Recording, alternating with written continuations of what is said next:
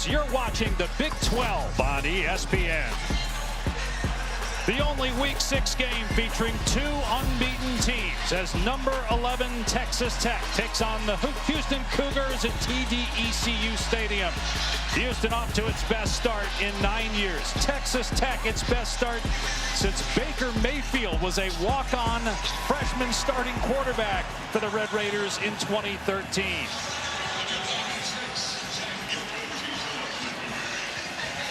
Joey McGuire on one side. Willie Fritz, the Houston head coach. Dave Pasch, Dusty Dvorak in the booth. Taylor McGregor down on the field. Temperature in the mid-80s, very humid here in Houston. The first college football Saturday of October has already had several upsets, including UCLA knocking off Penn State. Florida just beat Texas. You saw that right here on ESPN. Houston 4-0, but a heavy underdog here at home against the Red Raiders. Houston won the toss, but deferred. Texas Tech will start with the ball. Micah Hudson on the return, and he's brought down at the 24-yard line. Veteran quarterback Baron Morton in his 5th season with the Red Raiders.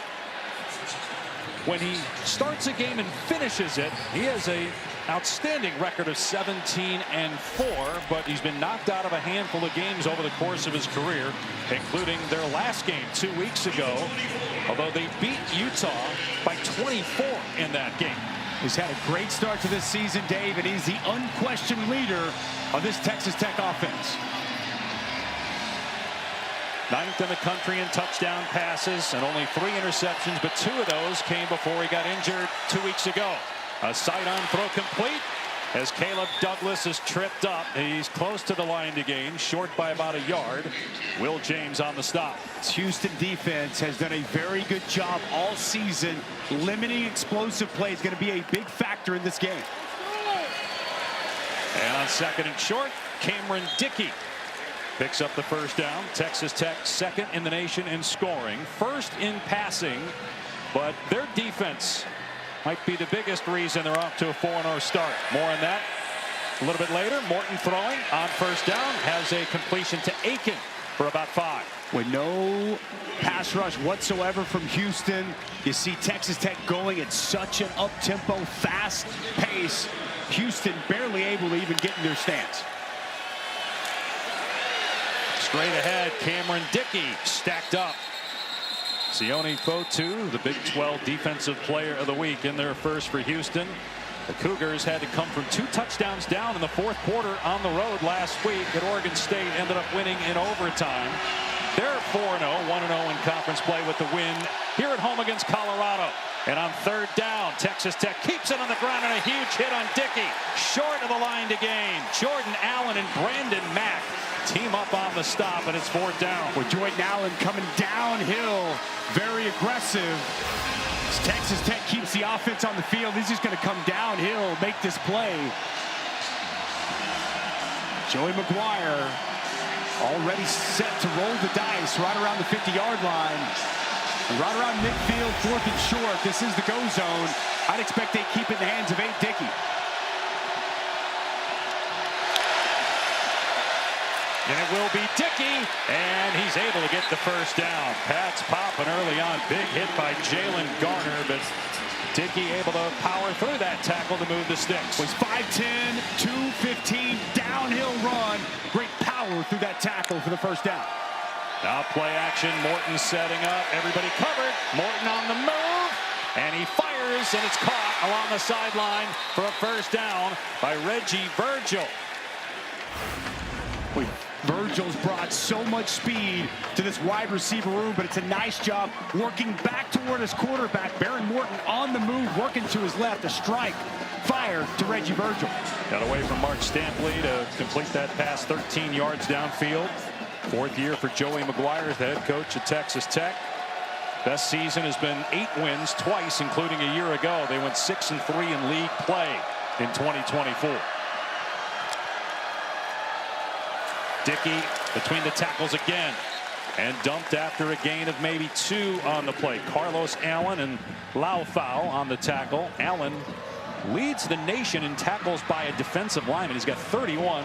That's a ton. It is a ton, Dave. These two interior defensive tackles between Carlos Allen Jr., Khalil Laufau, so good inside. They work a lot of interior stunts and run-stopping movements. A nice job on first down. Another run play, and this time downhill, space inside the 20. Dickey upended inside the 15 by McCutcheon.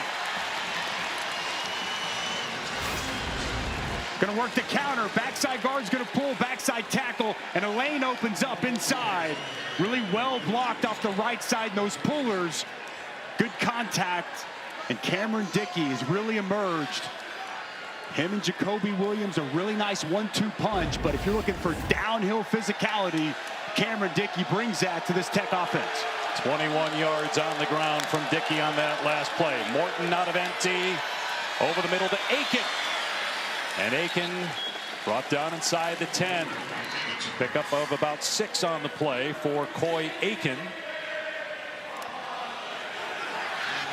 Good opening drive by Texas Tech. Their closest win was against Utah 2 weeks ago by 24. They've been blowing teams out. Aiken dropped the ball.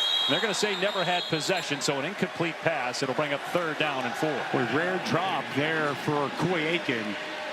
Such a good relationship with his quarterback, Baron Morton, longtime friends, and just have a great connection on the field.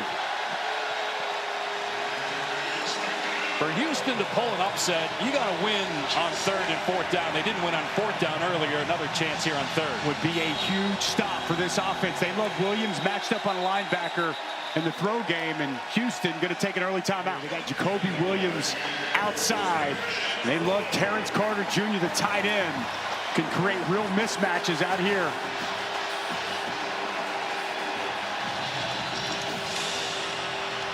Jacoby Williams, top of your screen as well. Talented running back. Catches the ball so well.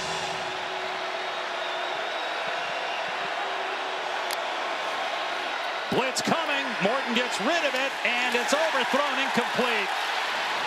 He was trying to hit Carter, but pressure in the backfield. There is a penalty marker down. Jalen Garner hit Baron Morton. The flag is near the goal line.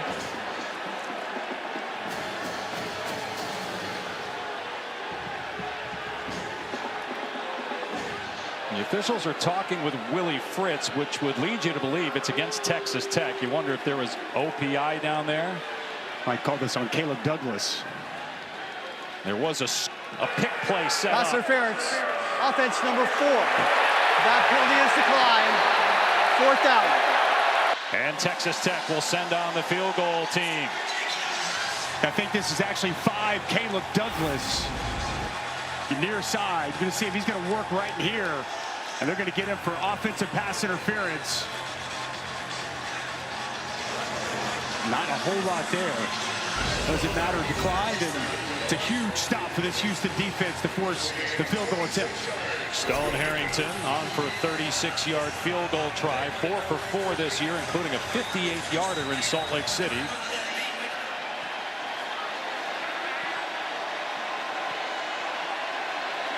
Houston blocked 2 kicks last week. Couldn't get to that one. And Texas Tech is on the board, 3-0. Dave Pash, Dusty Dvorak here in the booth. Taylor McGregor down on the field. Sold out stadium here in Houston for a big game in the Big 12. Only matchup of unbeaten teams week 6. And the offense for Texas Tech is good, Dusty. No surprise. That's how the Red Raiders roll. But their defense looks different, is different this year. It appears to be elite. They need some key additions to the defensive line, and they have been outstanding. 2nd best rush defense in college football, and can get after the quarterback as good as anybody. Whether I played against Texas Tech in the early 2000s or I've been covering them for almost 2 decades, it's the best Texas Tech defense that I've seen so far through 4 games. And that balance, Dave, of the firepower offensively, the defense they have, it's why they're most people's pick to win the Big 12. And with the way they're constructed, they continue to play well, get better. It could be an interesting team to watch, even in the college football playoff. They signed 21 transfers, many of them on the defensive line, and they targeted a lot of guys that were captains elsewhere.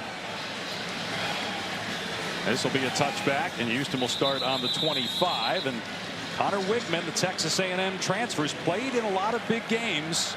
He was 2-1 against top 10 teams last year at Texas A&M before he lost his starting job to Marcel Reed. Overall at A&M, 3-2 against ranked teams as a starter. And he's been a true dual threat. They've really picked up his ability to run with the football. You're going to see some design quarterback run. They love to move the pocket, play action boots, sprint outs. He's been very accurate on the move, and he's done a really nice job here to start this season as the quarterback here in Houston.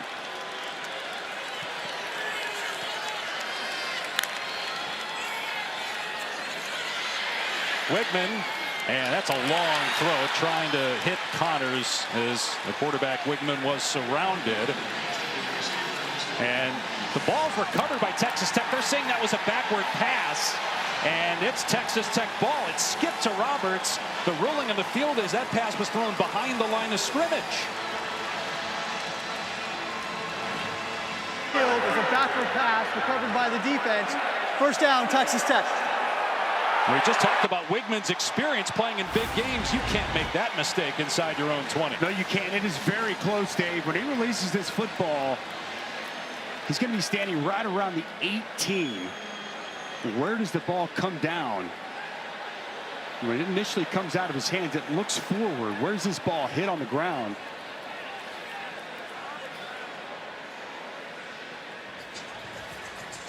But it looks like they got it right on the field. It is close. I mean, it is absolutely as close as it can get.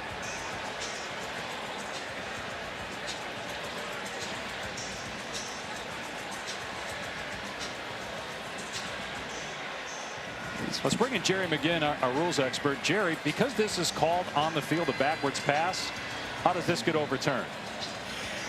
Well, replay that's a good question. Replay is going to have a great angle at this to see that it was forward. They're going to need indisputable video evidence. At first look, it does appear to be just slightly forward.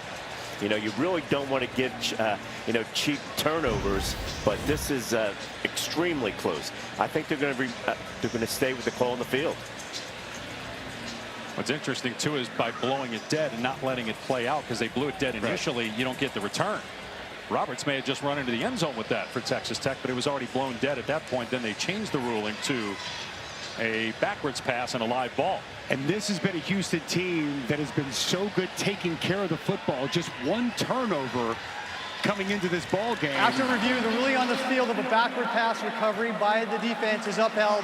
First down, Texas Tech. Yeah. It was so close. I don't think there was any way. You said it perfectly, Dave, and bringing Jerry in. They could not overturn that call. And that matches the turnovers for the season here on the opening play offensively for Houston. Yeah, they had none the first 3 games. Then Wigman last week threw an interception against Oregon State. And so Texas Tech will have the ball at the 16-yard line of Houston to start this drive.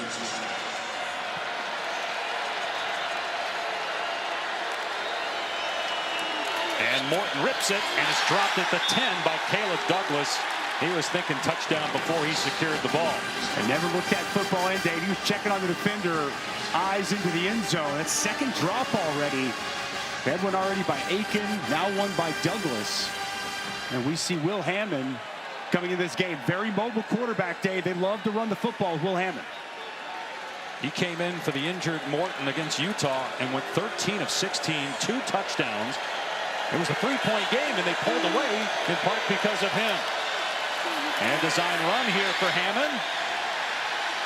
And push back after a gain of about a yard or 2. Let's check in with Taylor. Dave, I talked to Joey McGuire before the game, and he told me they were so impressed with Will Hammond that they put a different package in for him. Not just run like you would expect, but you could also see some passing from him at points in this game, too.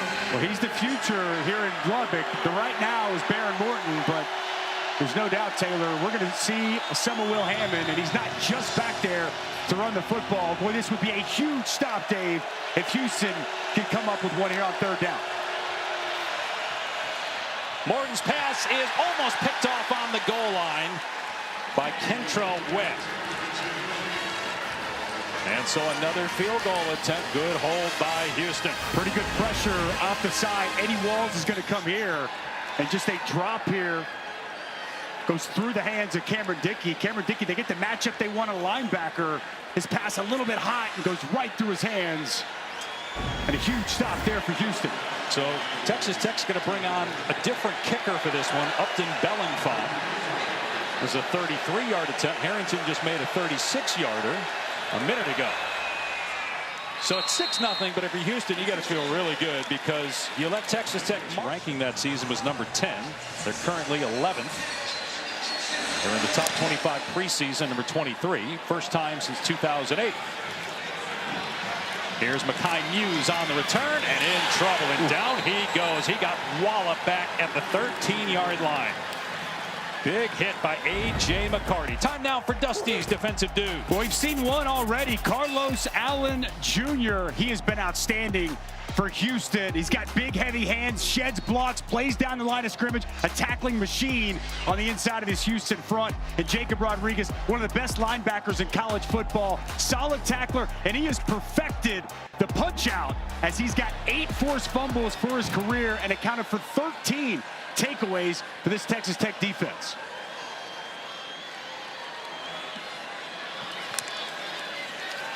Back to throw is Wigman on 1st down. There's a penalty flag down and a catch made, and now a second flag.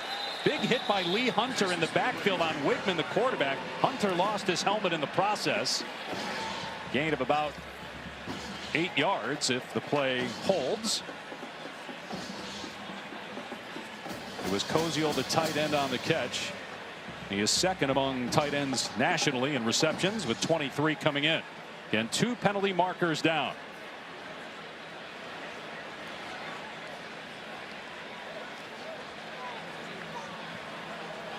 Lee Hunter, one of those outstanding defensive lineman transfers for Texas Tech. He came over from UCF, also spent time at Auburn.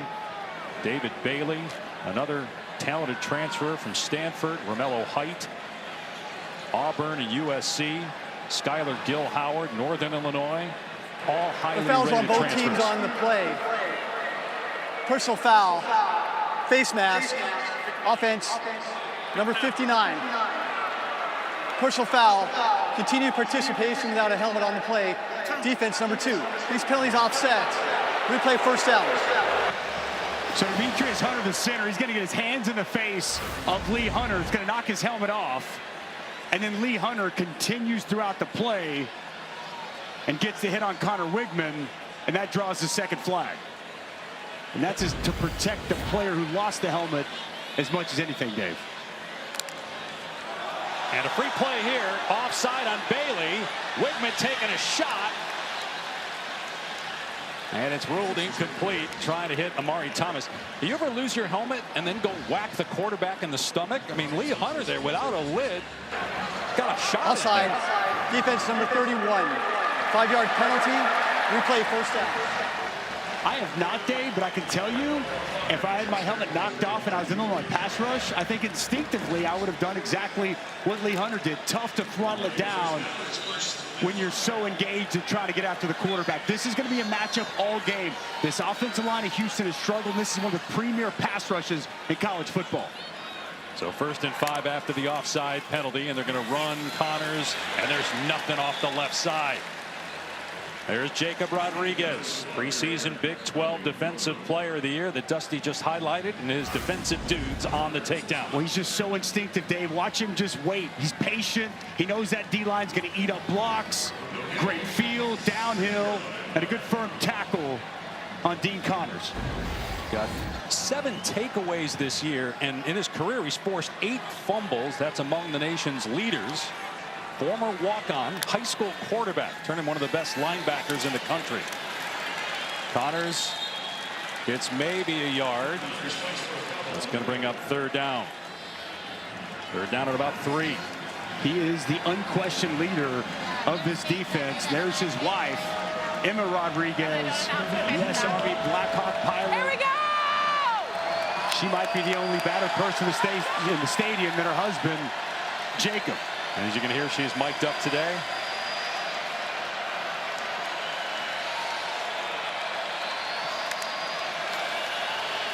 Wigman on third down, and a dangerous pass with Rodriguez hovering around.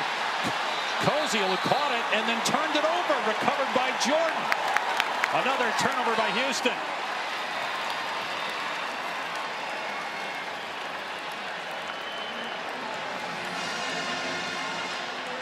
Boy, they're going to look at this, Dave. I wonder if his knee is down. You're going to see Koziel just sit right here. He's so good sitting in space. And you're going to see 13 Ben Roberts come over and apply a big hit. Where's the knee in conjunction with when that ball comes out? It is really close. Knee. Here's my question. That ball looks like it's already coming out before his knee hits. Well, Dustin, my question is, did he ever actually have possession of the ball? Did he actually catch the football? He did not pluck it clean.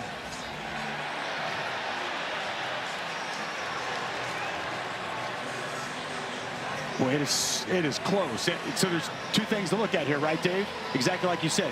Does he have possession? Is it a catch? And then if it is deemed a catch, is that ball moving before the knee comes out? It looks easier when you see it in slow motion, Right. but did he actually secure it? Let's bring in Jerry McGinn. I'm sure they're looking at both those things. Jerry, how did you see it? So from the views that we have right now, it appears that he never had control of the ball, and that they're going to overturn this to an incomplete pass. He never made a football move. I see the defender trying to grab at it, but in the meantime, the ball seemed to appear to be slipping. So they'll go back to the previous spot.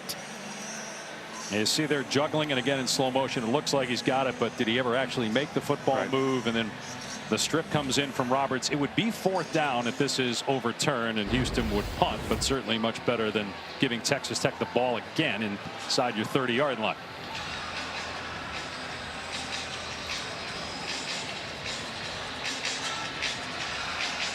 I would imagine this is going to be overturned. Look pretty clear that he never had possession initially. After review, the ruling on the field has been changed. Result of play is an incomplete pass. Fourth down. And so Houston will punt it away on fourth down at about 3. I do want to just point out, Ben Roberts comes in and he punches that out. You know, that's something that they really work on at Texas Tech. We talked about it with Jacob Rodriguez, but it's defense-wide. You know, Shieldwood is big on doing whatever you can to create takeaways, and already we see Ben Roberts, though it's an incompletion, at the end of that play, punches that out with his left hand. So Coy Aiken is the punt returner. Tristan Gentry didn't make the trip. He's normally the return man for Texas Tech. A short punt by Doherty, and Aiken has trouble with it. Ball's on the ground. A flag's down as well, and it looks like Houston has it. We just mentioned Aiken was back there returning punts. He's not normally the guy. Jamal Shaw comes up with the ball for Houston, but let's see what the flag's about.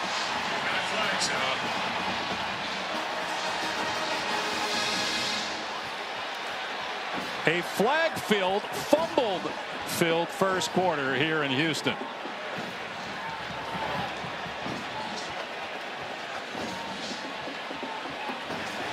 Aiken initially calls for fair catch, but he bobbles the return. Then initial defender gets shoved in the back. Kick catch interference. Kicking team number 18. 15-yard penalty. Automatic first down. So they say Kobe Young interfered with Coy Aiken. Calls fair catch, and there's a bobble. How is that kick catch interference? We got to bring in Jerry on that. And then also, it was a push in the back, Jerry. I'm a little confused on this call. Yeah, I would have hoped that one of the side officials would have came in and helped out on this, because it appears that the Houston player is being blocked, and and forced into the receiver. So that should wipe out the kick catching interference. And I would like to call this stay Houston's ball. Yeah, Jerry, that's a big miss by this crew. Out in space, Jacoby Williams wrapped up for no gain.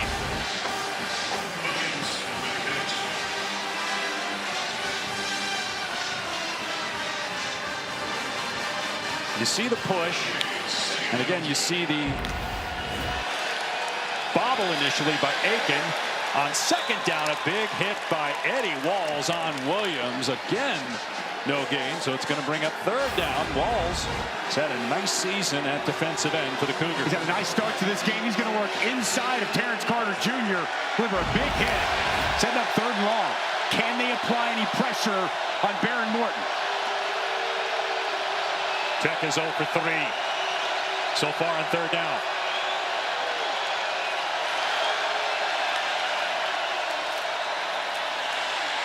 Morton facing pressure. Gets out of there.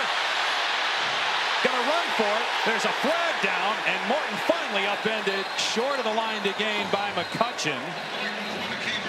Flag back in the backfield at the 47. It was a gain of about 7 for Morton. But it's coming back.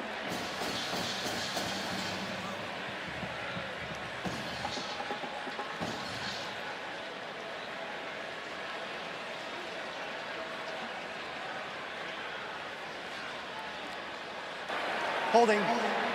Offense number 79. 10-yard penalty. Replay third down. I think they're going to accept the penalty because if they don't, it's 4th and 3, and Texas Tech's going to go for it. That's exactly right, and it's the right call. Well, the coverage down the field, Dave, was so good. Left side of your offensive line going to draw the flag, but the coverage, and Baron Morton did a good job just to not get sacked. He waited, tried to find something to come open. The downfield coverage, supreme there for Houston.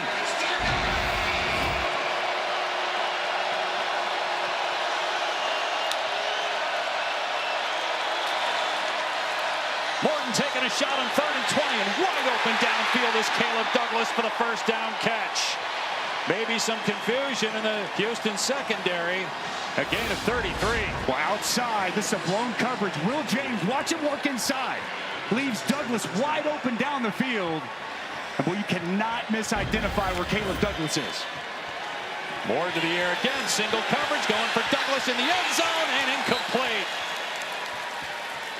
Zelmar Vetter in coverage against Caleb Douglas. Zelmar Vetter is going to come in with the left hand at the last moment. Really good coverage. He's in ideal position. That ball, even though he gets his hand there, that ball goes right through the hands of Caleb Douglas. This is several times now we've seen Baron Morton passes just dropped here from these Tech wide receivers. Yeah, had Cameron Dickey drop run on third down in the last possession. 2nd and 10 from the 25. Jacoby Williams with a crease inside the 15 and down to the 11 for 14 yards and a first down. John Carlos Miller is going to set this up. Good block here, and then you're going to see the pull. Get outside. Big hole opens up off the left side. When they bring in 9, John Carlos Miller, really good point of attack tight end. And then Jacob Ponton getting out in front. And Jacoby Williams, that change of pace back. He is so good in space, shifty, very quick. And a nice pickup there for another first down. They're replacing Taj Brooks, their all-time leading rusher. And also Quentin Joyner, a USC transfer, got hurt in camp. Williams dragged down at the line of scrimmage by Kentrell Webb. Gain of a couple on the play. Both teams 4-0, 1-0 in conference play. Only battle of undefeated teams on the schedule here in week 6. And just an awful start for Houston. They have -6 yards, but they're only down 6-0 for now. Defense has really stood firm here in the red zone. Can they make it a third time on this possession? Morton fires complete. Big hit on Miller by Jordan Allen, knocking him down at about the 6-yard line to bring up third down. Second big pop from Jordan Allen. We saw it earlier on Dickey. Now a nice job on Miller over the middle. And they come up with another big stop on third down here inside the red zone. Mentioned it earlier, the Terrence Carter Jr. day. They love to locate their tight end in the red zone. He's right next to the left tackle. Morton pulls it back, throws, incomplete. Tried to hit Douglas, and again it's veteran coverage, and another stop by Houston on third down. And here comes the field goal team again, says Joey McGuire. Tight coverage by Vetter outside. It's going to be a slant, and he's in perfect position. Gets the right hand around the body, knocks that ball out. Boy, bend but don't break mentality here for this Houston defense early. They got 122 yards of offense, yet they've had to settle for 3 field goal attempts. This will be a 23-yarder from Harrington. They're rotating the kickers right now. And the Red Raiders lead it 9-0. McGregor in Houston. So you got -6 rushing yards, only 1 pass attempt, and that was a backwards pass. It was a fumble. They lost 6 yards and turned it over. But Texas Tech 0 for 2 on touchdowns in the red zone. It has settled for 3 field goals, and it's 9-0. Here's Muse on the return for Houston. And Muse gets wrapped up at about the 24-yard line as we go to the studio and check in with Matt Berry.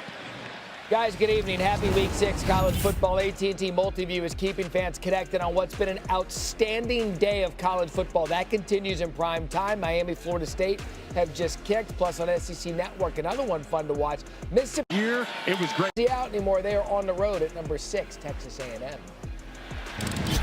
All right, Matt, how does UCLA not lead in 1 game and then beat Penn State? Shout out Jerry Neuheisel taking over offensive play calling duties. That offense had been lethargic all year. It was great here today. Wigman and has a completion, his first of the game, to Amari Thomas for about 6. So to your point, that is a shocking result from Penn State, a team that so many people thought was the pick to win the national championship. Now 2 losses as we kick off the month of October. Lost to Oregon last week in that thriller in State College. Sneed dragged down at the 30-yard line. There's Jacob Rodriguez again. Jacob Rodriguez, such a sure tackler, and he just knows exactly how to fit. He's going to come downhill. He feels exactly downhill before the center can get off on him, and a good tackle there to set up third down. Koziel, their go-to target, been an excellent addition from Ball State. Third medium, they like to get their 6'7" tight end involved. He had the game-tying touchdown last week. Instead, Wigman takes off, and he gets a block and picks up the first down out past the 45-yard line. He's running a lot more effectively and more often than he did when he was at Texas A&M. What is about the block here by Sneed? Watch him get up on the linebacker. He gets the key block on Ben Roberts to help spring this run for Wigman. Tempo now from Houston. Wigman with time. Going downtown. It's underthrown, but still caught. Flags are down, but Kobe Young made the catch anyway. His first reception of the season. After missing almost all of last year with injury, gets his first catch of the year, and it goes for 44 yards inside the Texas Tech 15-yard line. Pass interference. Defense number 20. Now penalties decline. Result of the play is a first down.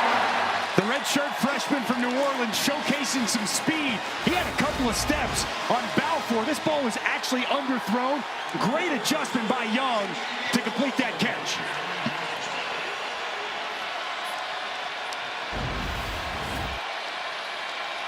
From the Texas Tech 12-yard line. A design run for Wigman. Gets another block. And then he is hog-tied by Ben Roberts after a gain of 6. 2 quarterback draws already here on this possession. Stacy Sneed, the lead blocker once again. Nice job by Ben Roberts just getting off that block, or else it was going to be a touchdown for Connor Wigman. It is clear they know they need that extra hat, and we should expect to see quite a bit of quarterback run game from Wigman here tonight.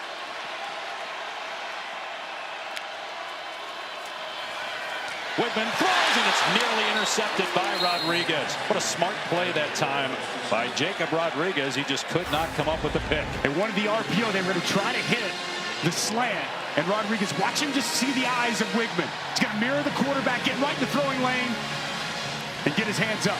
Boy, it looked like it was tipped by a teammate, Wisniewski, yeah, and then off Rodriguez. So 3rd down and 4.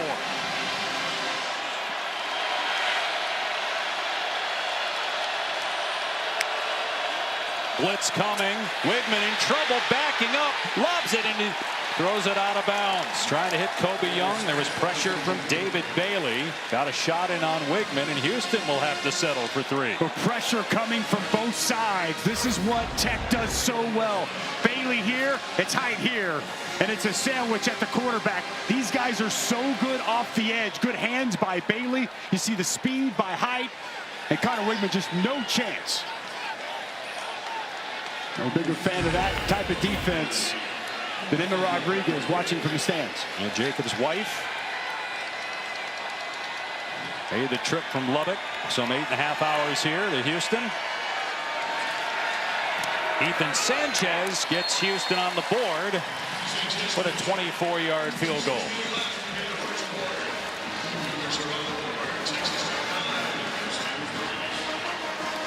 So a lot going wrong for Willie Fritz's team, but 6-point game after that nice drive engineered by Wigman and the big 44-yard pass play to Kobe Young.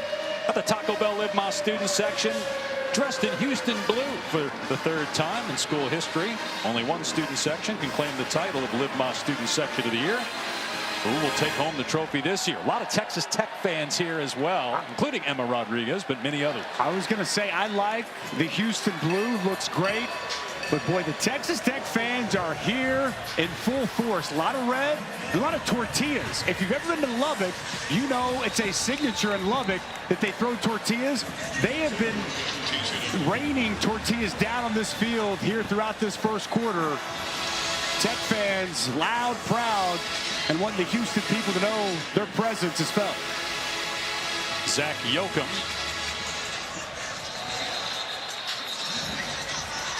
And it looked like the ball fell off the tee. Well, coming into today, Texas Tech outscoring teams through the first 3 quarters of games 164-3. So they've matched their total already. That is a staggering statistic. Staggering statistic. Most of the points scored on Texas Tech this year has come with backups late in the ball game. They have been unbelievably dominant here throughout the first 4 games of this season.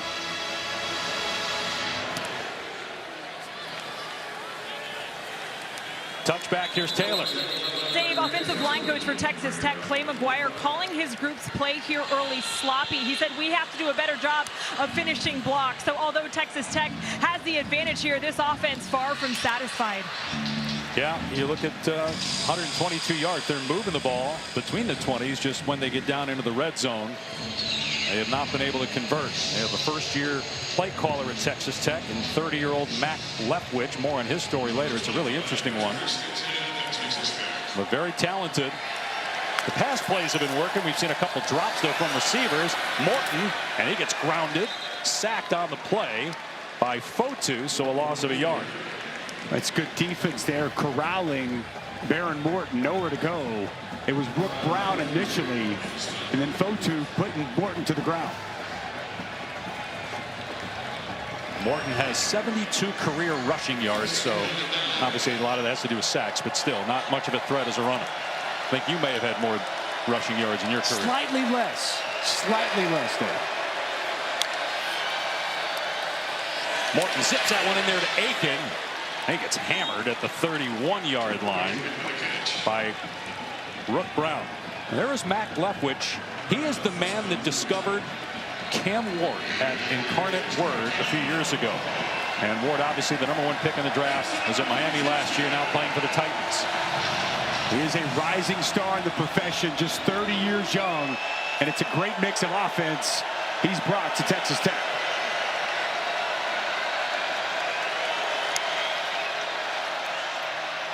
Wide open is Dickey, read beautifully by the quarterback. Morton. Dickey is still going inside the 30, inside the 10, all the way for a 69-yard touchdown.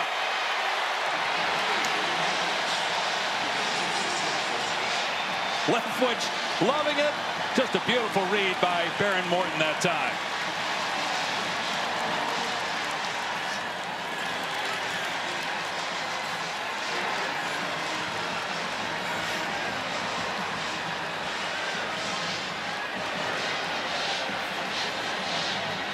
And the offense going to stay on the field here, and they're going to go for 2 with the score 15-3.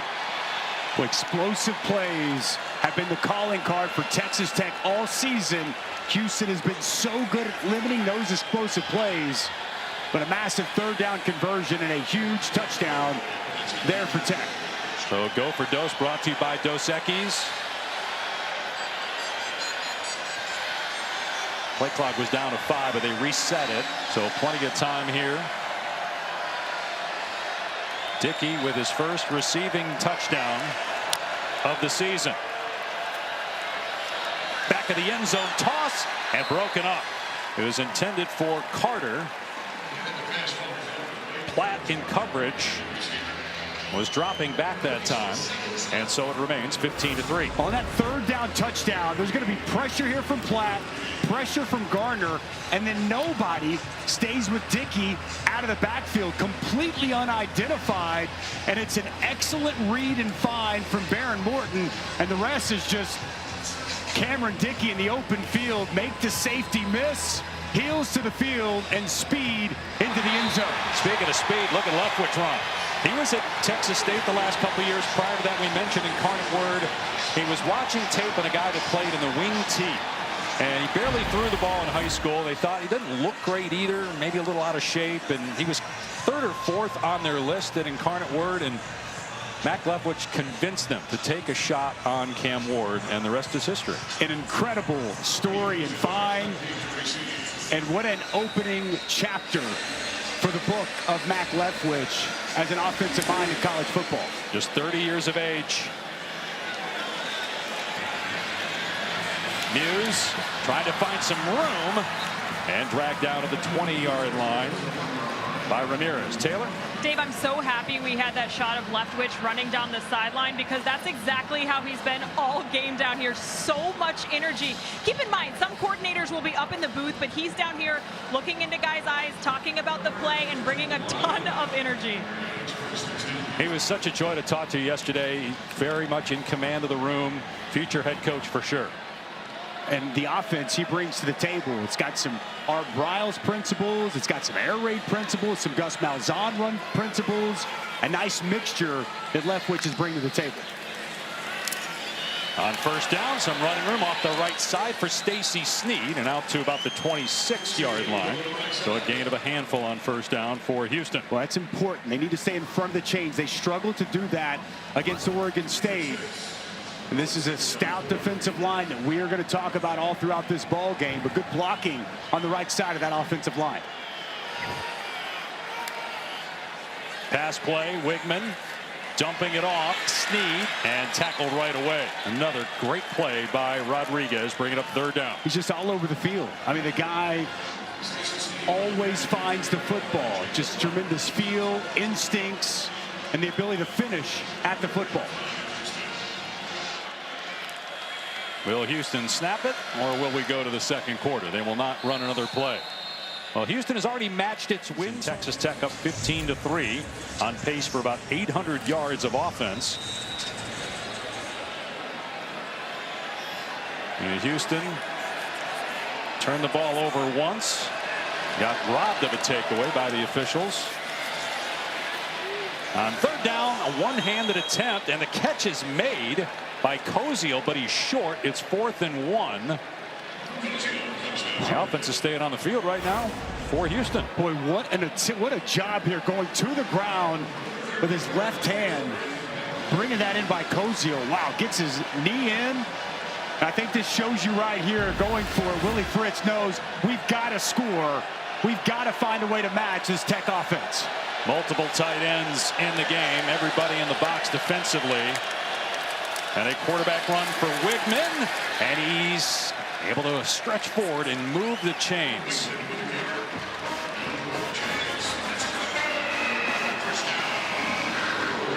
I think you're right, though, Dusty. Willie Fritz knew, we can't punt it right back to them, or this might get sideways quickly. I mean, his defense has been on the field a lot so far to start this game. Has really good patience there by Wigman. A nice cutback to stretch forward for the first. Fritz is one at wherever he's been. Two-time junior college national champ, two-time runner-up at the FCS level. And Houston's already matched its win total from last year with 4. Connors straight ahead. Wrapped up by Rodriguez, but he went for a little ride. Gain of 10 and a first down for Connors. With good blocking off the right side. Watch the right side of this offensive line. Set up this cutback for Connors. They get a big wash, and then Connors with good vision and burst. Tempo again here for the Cougars. Nice cut in the hole by Connors, but that's too much speed for Tech. Ben Roberts, who's had a big first half, a forced fumble, a fumble recovery on the first offensive play for Houston as well. This linebacker room is legit for Texas Tech. We've talked a lot about Jacob Rodriguez, but Ben Roberts, a 3-year starter. John Curry plays that star like an additional linebacker on the field. They fly around and tackle so well.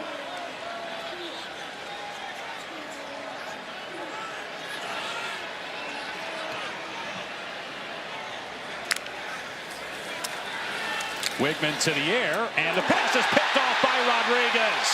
And then he hurdles a Cougar and is still going.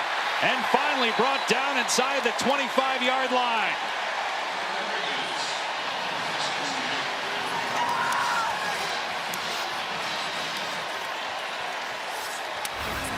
Well, Connor Wigman never saw Jacob Rodriguez. He's going to be staring down the end cut, never sees Rodriguez. Eyes on the quarterback, feels it, steps right in front, and an excellent interception and quality yards after the catch. How about the athleticism? The former quarterback hurdling a Houston offensive player, getting nice yards after the interception. Jacob's wife, Emma, member of the U.S. Armed Forces, a helicopter pilot. High school sweethearts.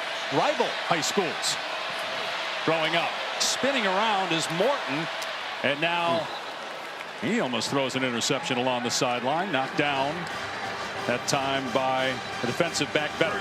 Dave Rodriguez, after that, you could tell, came to the sideline and he made eye contact with Emma. So that shot of Emma, he was looking directly at him and he was looking right back at her. It was great. We were talking to him yesterday. He said she travels so much he gets to watch film. He says he loves to watch film, and so when she's working and protecting our country, he watches film. Carter trying to find some space along the sideline and going to come up just short of the first down. Yeah, Dave, that's how she's helped further his football career by not being there, so he can have more time to focus on the task at hand. Appreciate Emma so much for her service and for all of our service members out there, men and women. Thank you. Thank you. We appreciate you so much. Oh, my God. I can't breathe. Holy cow. That was so great. They'll keep it on the ground in 3rd and short, and trying to bust it to the outside with success is Williams to get the first down. It'll be 1st and goal after that 7-yard run by Jacoby Williams. So the bounce there, nothing there initially on the interior, but Jacoby Williams with good vision, a nice jump cut, a nice pickup to move the chains once again.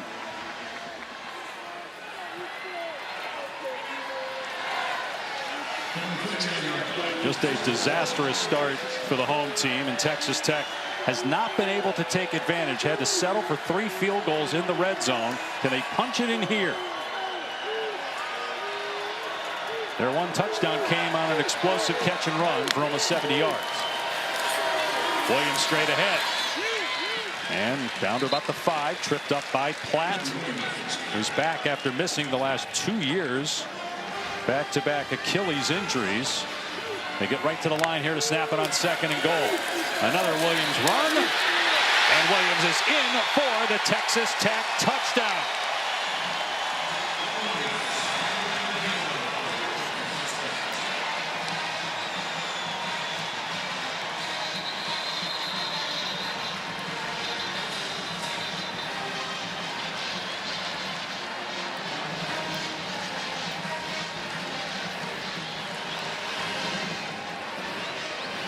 Points off turnovers, Dave. Such a key stat. You want to take the ball away, what do you do with it? Good physical running by Jacoby Williams for Texas Tech's first red zone touchdown of the night. And Belenfant on for the extra point. 3rd rushing touchdown of the season. for Williams.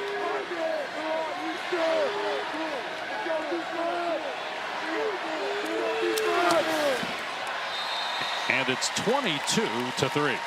Boy, good physical running from Jacoby Williams was not going to be denied. That's an outstanding Oklahoma defense. The real question in that one, John Mateer, what will his status be for OU, Texas, and Dallas? And let's go to the studio and Matt. Dave, thank you. Our Chick-fil-A move on the field for our Big 12 audience. We're checking in on UCF and Kansas. Miles Montgomery, a pair of touchdowns right now. Scott Frost, how about this? The Knights up on Kansas 14-0 in the second. Good night window with Miami, Florida State, Mississippi State A&M, Minnesota, Ohio State. Close game early on. And now Wickman running the ball here. And he gains 4 yards. And we talked about the offensive coordinator for Texas Tech, Mac Leftwich. There is Shield Wood in his first year with the Red Raiders. He was Houston's defensive coordinator last year. And he's had success really everywhere he's been. Very impressive coach. And talking about this Tech job, he knew the potential of this job, the alignment, the support from the alumni base, and the momentum they've got in Lubbock. And Joey McGuire happy to have him as his D coordinator. Wickman hit as he throws, and it's pulled in by Stephon Johnson near midfield for a gain of about 20. When roll the pocket to the right, and Romello Wright, Hyde is going to get there. This is an excellent throw by Connor Wickman. He can feel that pressure, stands firm in the pocket, and delivers a dive. Hobbling as you saw. Going to the line to try to go with tempo after the chunk play through the air.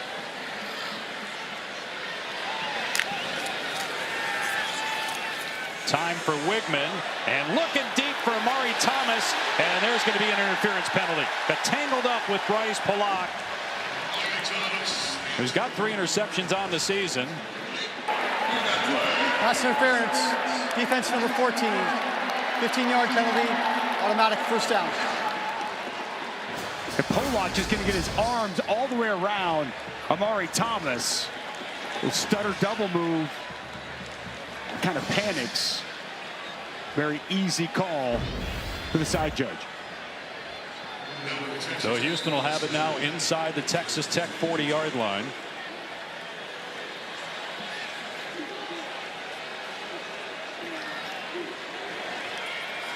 Third penalty on the Red Raiders. That's been the one issue. They had 14 in the win over Utah. They just haven't come back to haunt them because they've been blowing teams out. Nice play in the backfield again by Rodriguez, taking down Connors for a loss.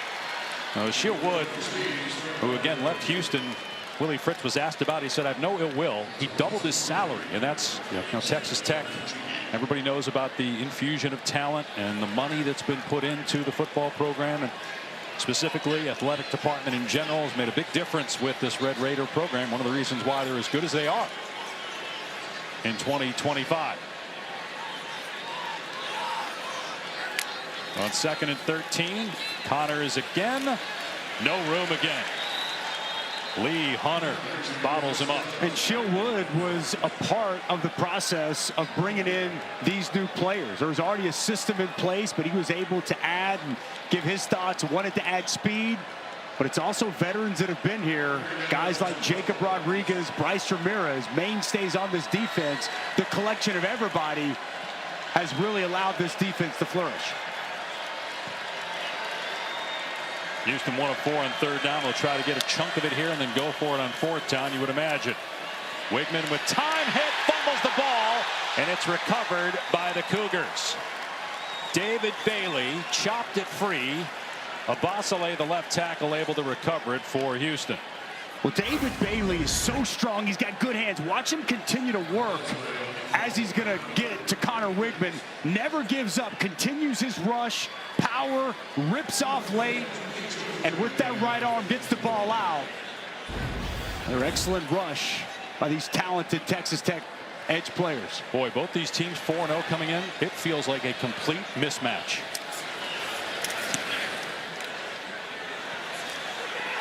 Good punt by Doherty, and the fair catch made by Aiken around the 10-yard line. It is all Texas Tech. Tied at halftime, shut out Vanderbilt in that second half. Win it in Tuscaloosa. Baron Morton will run it. Crosses the 10 and dumped at about the 12-yard line. So gain of just a couple there. Tripped up by Jalen Garner. Well, nice job inside.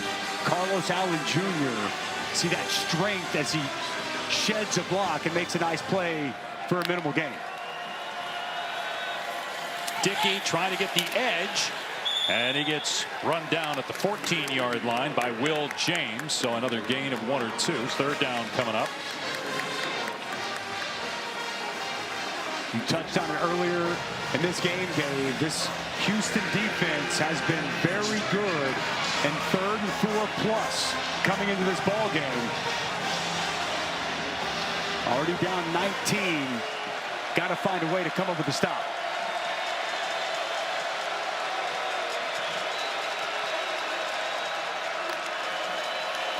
Blitz is picked up. Morton's pass juggled and incomplete. May have been short of the sticks anyway. The pass was thrown underneath to Carter. It was well covered, though, by Houston. And so a punt for Texas Tech. How about that? This one of the rare misses we've seen all night from Baron Morton. This pass just a little bit behind and high of Terrence Carter Jr. And I agree with you. I think Jordan Allen was in good shape to rally up, even if he makes that catch. But an important stop for this Cougs defense. First punt of the game, 11th of the season. That's it, 11 punts for Texas Tech. And that one lands out of bounds. We'll see where it crossed the chalk marks.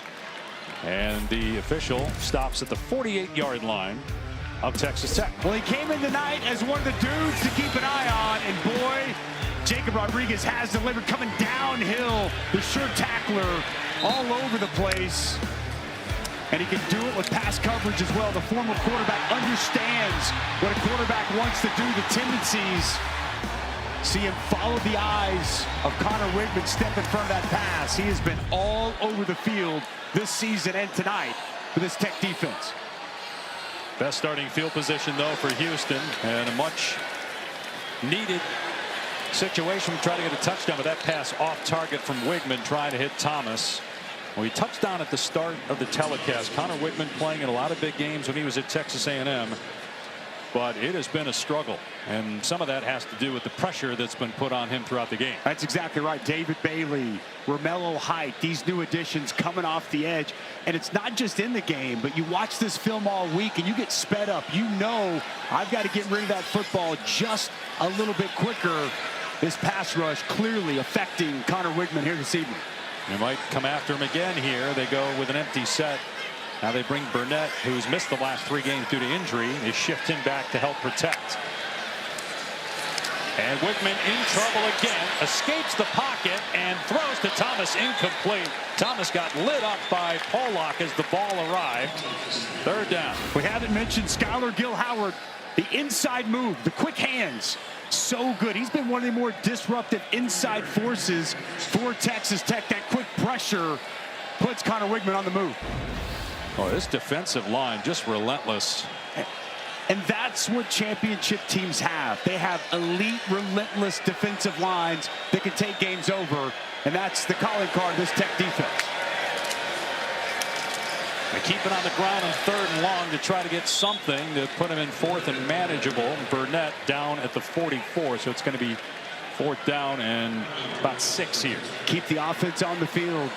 I mean, you know, if you're Willie Fritz, we've got to find a way to score points.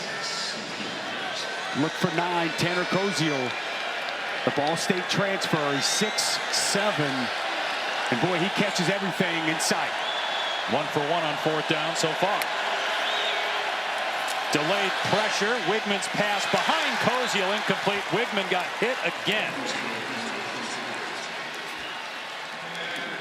Gill-Howard was in the backfield for Texas Tech and forced 2 turnovers. They have the ball again after turning over Houston on downs.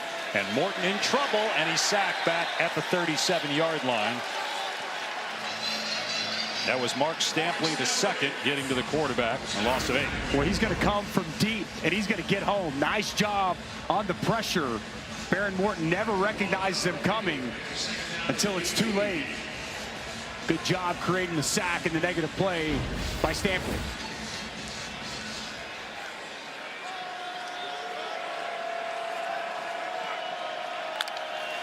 Four-man rush this time.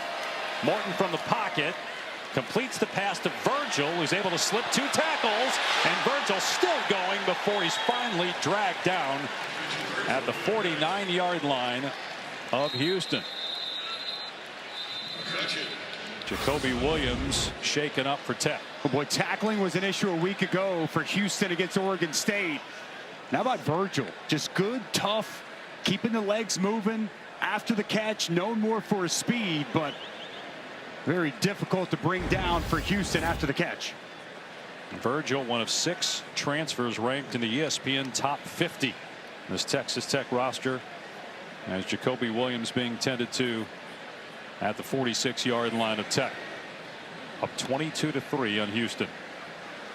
12. Boy, to me, Texas Tech is really starting to separate from the pack. 3rd down and 5. Dickey up the gut, got the first down.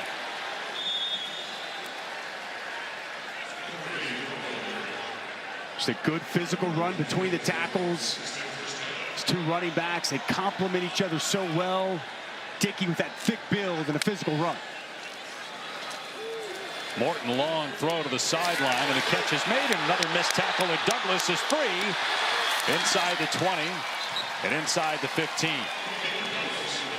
When you think about Texas Tech's schedule, now they have to go to Arizona State in 2 weeks. That'll be a really tough game. They have BYU in Lubbock, but their strength of schedule compared to some other teams in the Big 12, when you look at who they play pre-conference, pretty good chance to reach the CFP with a win. There's no doubt. And when you think about what they did at Utah, the way they look here on the road at Houston, home or away, doesn't faze this football team.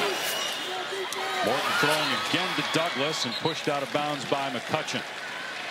I mean, what they were able to do at Utah, that's one of the, Rice Eccles is one of the toughest places to play in the country. And they ran away from a very good Utah team in that second half. And they're running away from Houston here in the first half. Dickey inside the 5, driving the legs, and down at the 1. Prior to that Utah game, they beat Arkansas, Pine Bluff, Kent State, and Oregon State. Not exactly a difficult schedule, but just watching the scores in those games, watching here tonight, it's clear Texas Tech is for real on both sides of the ball. They are, and that's the difference. We've seen great Tech offenses in the past. This is a great Tech offense, but it's at times an elite Tech defense. And I thought Dickey was really close to getting over the goal line on that last physical run. They go with 6 offensive linemen here. And some movement by Texas Tech. Again, they still haven't given up a touchdown Ball start in the first 3 quarters offense of the game. number 79. 5-yard penalty, remains first down. And we're going to get in the second half a little bit to the story about how they got some of these transfers, but you got to give Joey McGuire a lot of credit for how he's been able to build this culture with a lot of new faces. All the credit, the buy-in, the team aspect. To me, he's Joey Juice, man. He always brings the energy. He's upbeat, he's positive. His players love to play for him. And a lot of newness, some veteran guys, and he's been able to meld it all together into the team that we've seen. It's been as dominant as anyone in college football to start the 2025 season. Meanwhile, Houston had the wrong personnel on the field. They get that settled. And Jacoby Williams back in the game and wrestled to the ground by Carlos Allen, who's still fighting. No gain on the play. I like talking with Carlos Allen. Only had one offer coming out, Kennesaw State.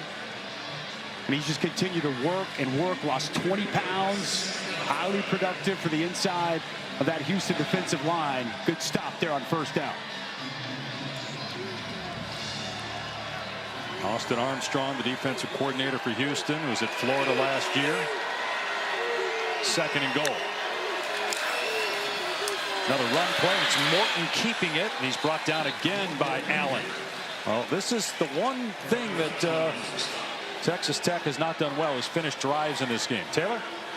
Allen Allen with some big-time tackles here in the red zone. And look, Houston is surging on the sideline. It has been Carlos Allen who's trying to rally the group together, keep them engaged, even though the scoreboard doesn't reflect in their favor. Yeah, and they've done a good job in these situations, Taylor. That's why it's only 19 as opposed to being down 30. That takes us to the 2-minute timeout. We'll see if Houston. People think Miami's the best team in the country right now. Hey, the way they've played, it's tough to argue. 3rd down and goal for Texas Tech. A pitch to Williams, but a flag down. There was some movement first.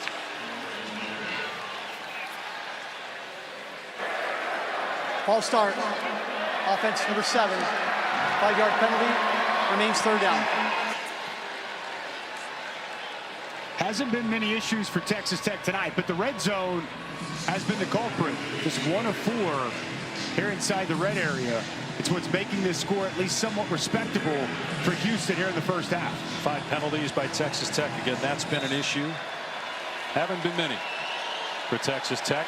Certainly things that are easy to clean up with the talent they have on both sides of the ball. 3rd down and 8. Pressure coming. Morton backpedaling, and then appeared to just throw it away back of the end zone. Again, the field goal team will run out there for the 4th attempt of the night. Well, Houston defense continues to bend, but don't break. Limit them to yet another field goal. It's another good red zone stop for Austin Armstrong's defense.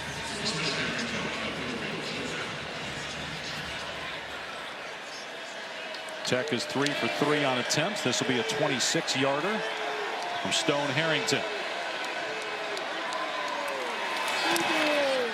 And nails another one. Make it 25-3 Red Raiders.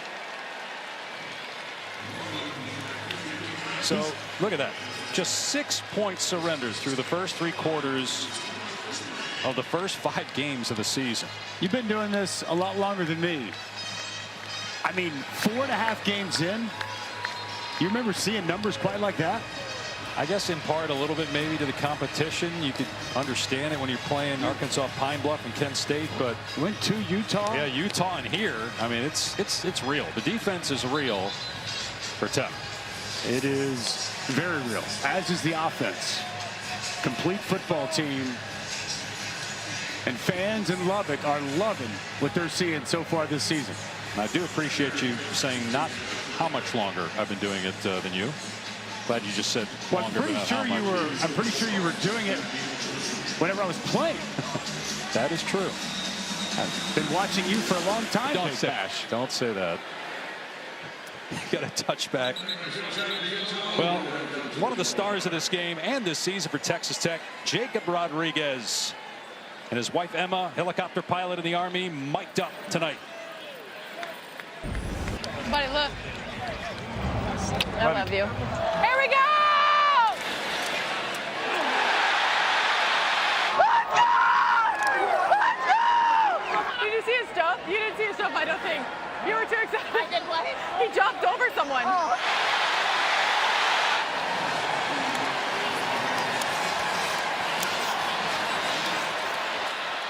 Meanwhile, Chris Gramillion, the backup quarterback, is in. Don't know if Wigman is banged up because he had been hobbling a couple times. Let's get the update on that from Taylor. Yeah, Dave, the only thing we know is that he has been taken to the locker room, so we'll get more information at halftime and let you know. All right, thank you, Taylor. Meanwhile, Rodriguez with a tackle for loss. That interception that you saw as Chris's pass is caught. But that was a tough throw, and Amari Thomas is going to have a walk-in 64-yard touchdown. Okay, it's a 2-score game. Some energy in this stadium now. So Chris Gramillion, who played some games last year, started 7 of them, got a lot of experience providing a spark here, and now Houston will go for 2. Well, exactly what Houston needed. First touchdown, the first 3 quarters allowed all season from Texas Tech.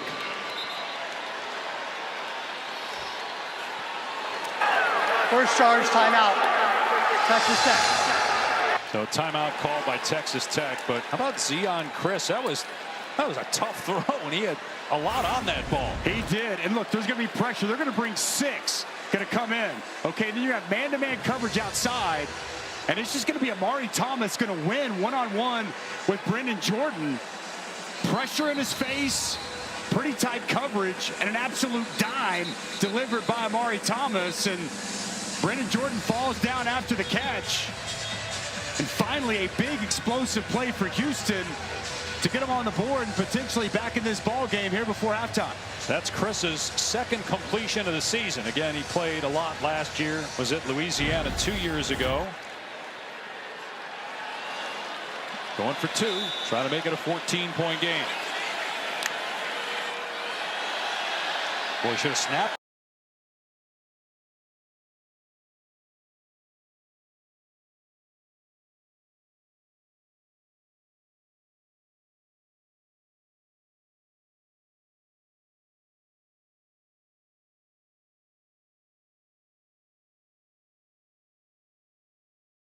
Two years ago.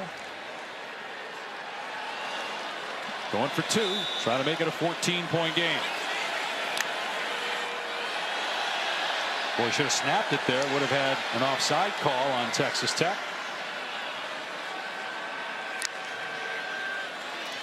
Chris facing pressure, gets away, and his pass is pulled down for 2 points by Stephon Johnson. An alley-oop. A lob by Chris.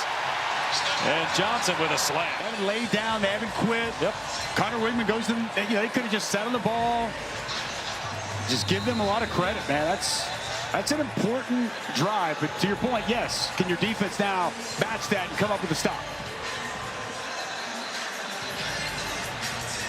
And as you heard Taylor say, Connor Wigman going back to the locker room. He got beat up in this first half, was pressured on the first 27 plays. He was pressured 10 times and hit almost every one of those.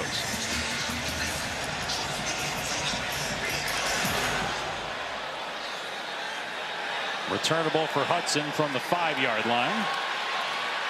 Good coverage by Houston. He'll be brought down short of the 20. Well, the NHL season begins to start the fight. I like those guys. Run play on first down. Cameron Dickey may blow it dead at the 20-yard line, so just a couple of yards. And tempo here. Texas Tech has 2 timeouts remaining.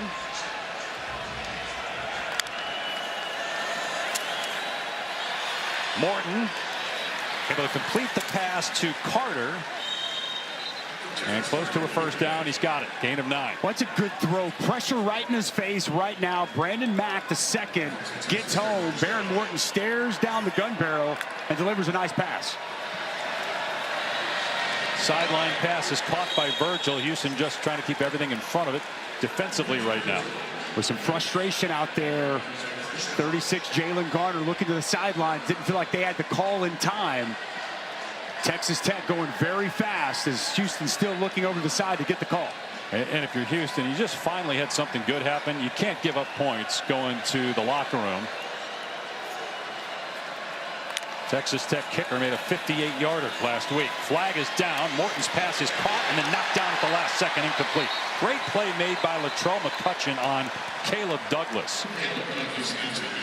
And the officials pointing in the direction of Texas Tech as the guilty party here on the flag. Illegal shift. Offense. 5-yard penalty. Replay first down.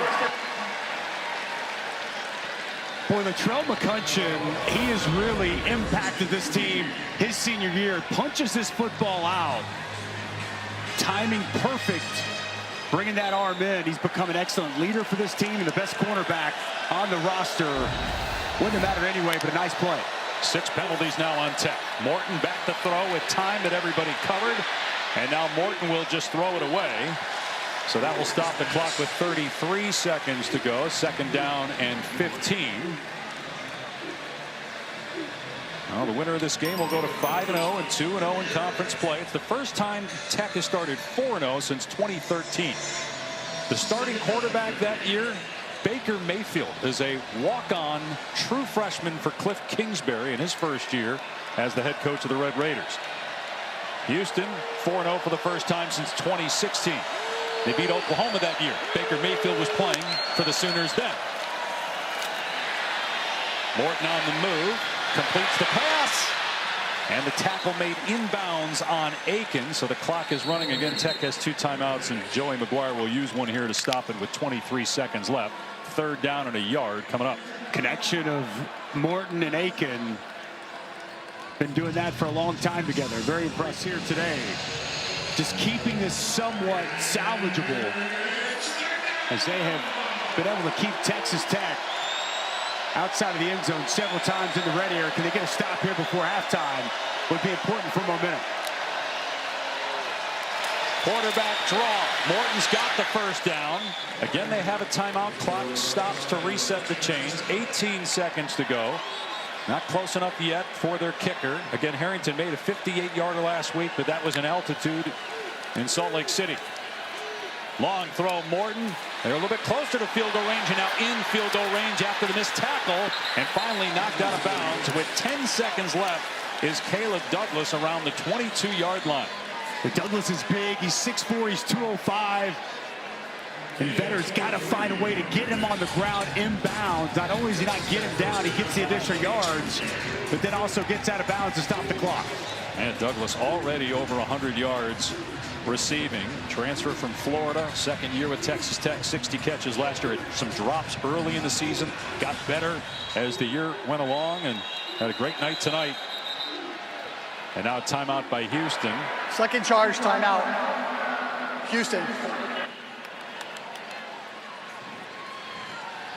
So if you're Texas Tech here, you got 10 seconds left, end zone shot, and then field goal. Is that kind of how you play this year?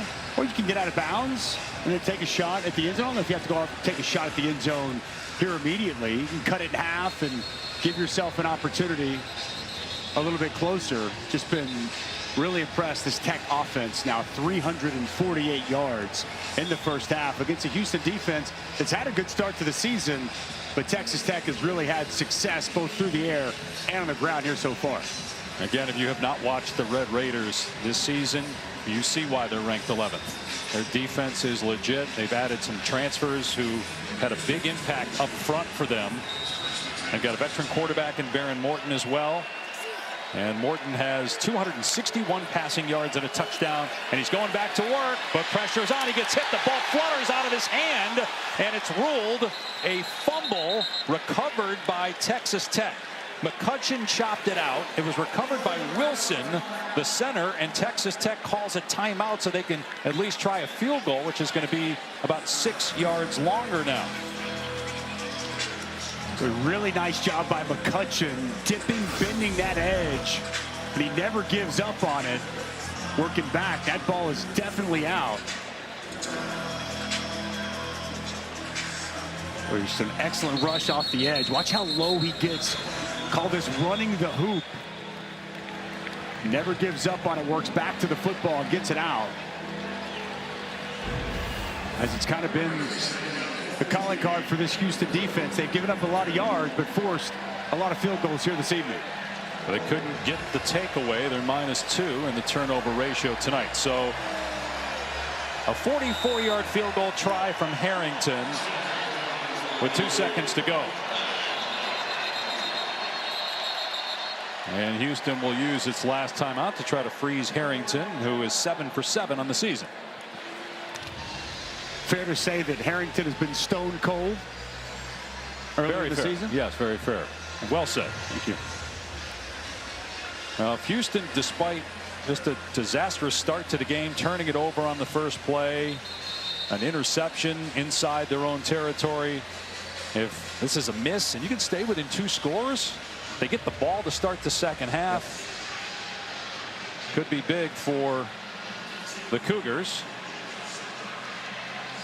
Texas Tech has had to settle for 4 field goals in this first half, including after they got the fumble recovery on that first play of offense for Houston.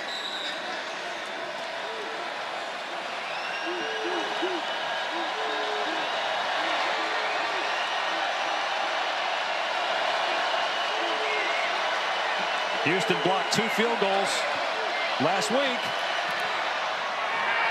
And that one is wide to the right. No good. And the Houston sideline erupts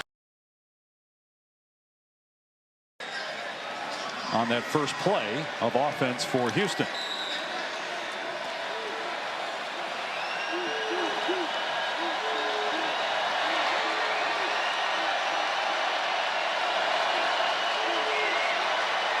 Houston blocked 2 field goals last week. And that one is wide to the right. No good. And the Houston sideline erupts. Some momentum shifting here at the end of the second quarter. Boy, there was an outpouring of emotion from this Houston sideline as that kick sailed left of the upright. They score the touchdown. They get the stop. Maybe some momentum for the Cougars going into half. We'll see what happens coming out. And let's check in with Taylor. Thank you. Coach, we saw Connor Wigman leave and go to the locker room. What can you tell us with an update of his injury? Well, I don't really know for sure. They're checking him out. Hopefully he's fine. You guys down just 2 scores. What will it take to get back into this game? We got to play better. We're not playing very good. We played poorly in the first quarter. We had some uncharacteristic turnovers. We just got to play smarter and better. Thank you. Dave? Yeah, again, Taylor, the 2 turnovers and allowing 44 total yards to 174 on the Houston side.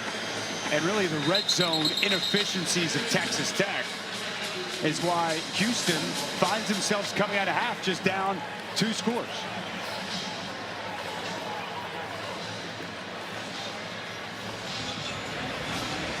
And it will be Chris Gramillion at quarterback. Taylor McGregor reported just before halftime that Connor Wigman was taken to the locker room. Asked Willie Fritz about it. Fritz wasn't sure of the status. And Chris, who started 7 games last year for Houston, may go the rest of the way. He's looking deep on first down, but in trouble. Steps up and throws incomplete. Trying to hit Thomas. Let's get the latest now on Wigman from Taylor again. Yeah, Dave, the only thing I know is that he is still in the locker room, and per officials from Houston, there is no update, so we'll keep you posted there. But as for Coach McGuire and this Texas Tech team, he told me my guys were upset at half. I actually had to calm them down, remind them that it was 10-3 against Utah at halftime. It's hard to win football games, but our #1 key to victory always, we can't beat ourselves, and they feel like they beat themselves in the first half. Yeah, a lot of penalties by Texas Tech, and now a takeaway as the ball ends up in the hands of Gil Howard. Big man touchdown. The 300-pounder Skylar Gil Howard somehow ends up with a ball. There is a penalty marker down, though, and it appears to be on the Red Raiders. Personal foul, face mask, defense number 13. 15-yard penalty. First down. Well, another costly penalty. We were just talking about it. And there it is. Ben Roberts negates a touchdown that may have put the game away. Now, right on cue with Taylor's report, Joey McGuire saying we can't beat ourselves, and Ben Roberts taking points off the board for this Texas Tech defense. Not what Coach McGuire wanted to see coming out of half. Ben Roberts, bottom of your screen on Dean Connors. Didn't see a whole lot there, Dave. Still don't know how the ball ended up in Gil Howard's hands. Back to the ground attack and Connors, and he gets back to the line of scrimmage before he's knocked down by John Curry, who's really come on for Texas Tech. Both his parents played sports for the Red Raiders. Mom Jolie, great basketball player at Tech. Dad played football. Grandpa's John Ayers, who is a 2-time Super Bowl champ with the 49ers as an offensive lineman. I just love watching him because he's always around the football and plays 100 miles an hour. On 2nd and 10, Chris Gramillion stepping up and hoisting it deep. Incomplete.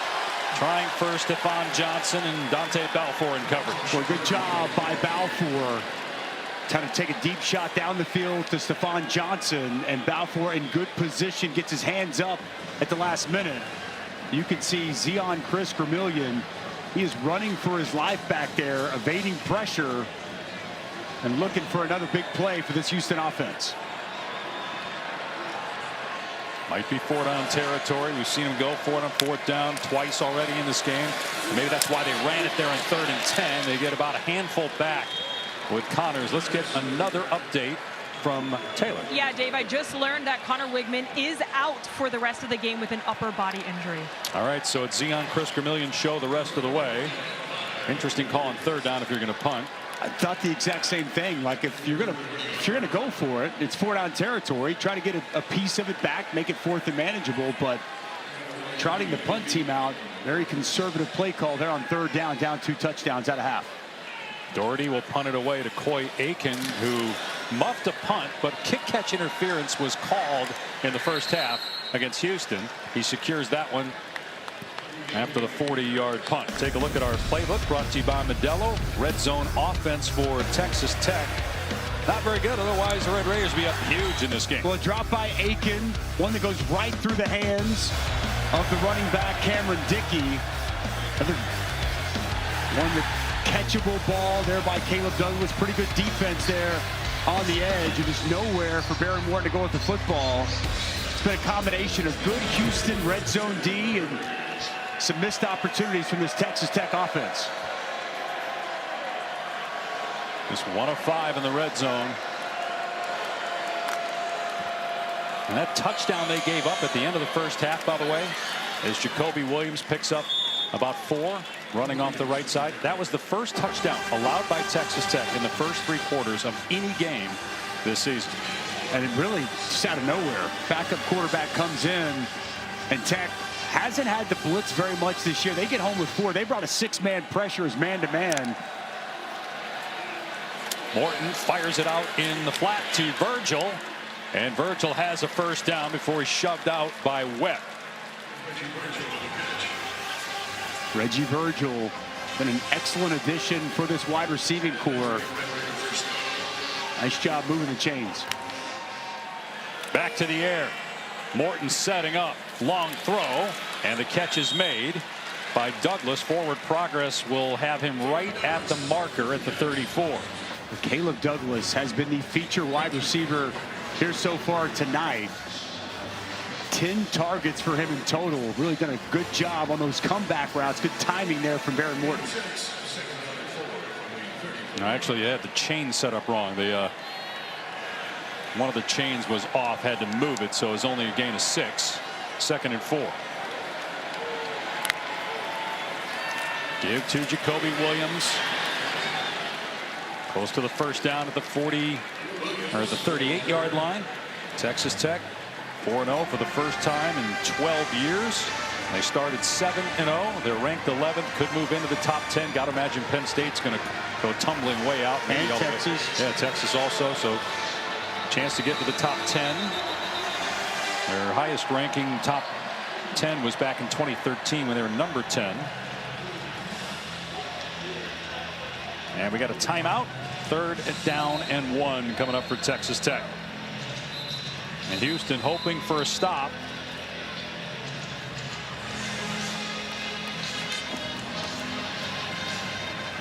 We started the day today with 2 other Texas teams inside the top 10, and Texas Tech right there on the outside looking in.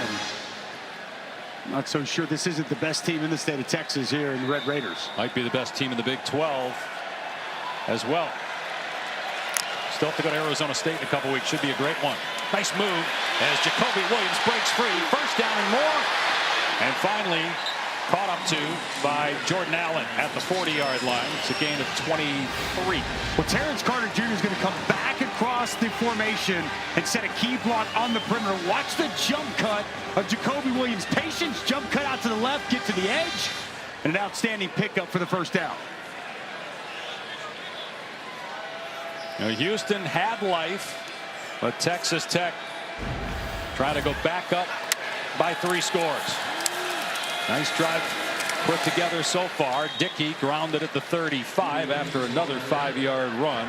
Houston just can't generate any penetration with their defensive line. And no negative plays. Look at the play caller there, Matt Leftwich, Texas Tech in his first year. Aiken out in space, shoved out by Webb.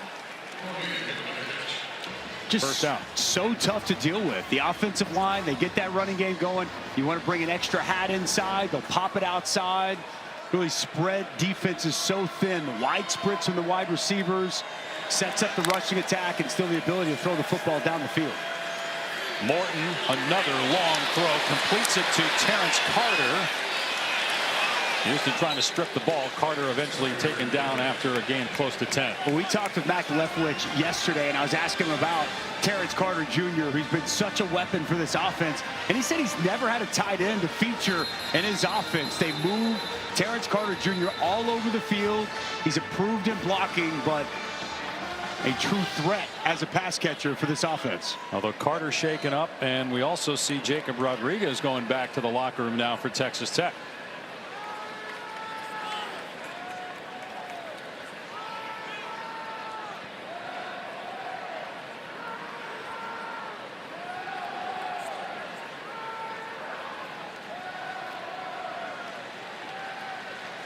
Terrence Carter Jr. able to jog off. Good to see. Be very intrigued to see what's going on with Jacob Rodriguez.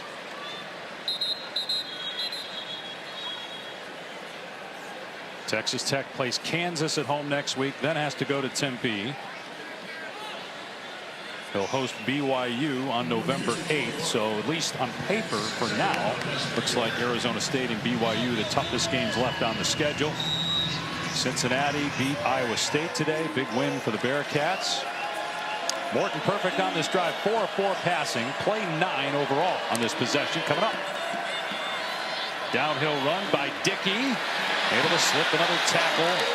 Finally brought down after he picked up the first down at the 17. Well, good elusiveness there by Cameron Dickey. It's amazing, Dave. You know, you touched on earlier, but they lose Taj Brooks from last year, such a key piece. Quentin Joyner comes in from USC. They lose him toward the end of camp. And these two true sophomores, Cameron Dickey and Jacoby Williams, have just really stepped up and both been extremely productive.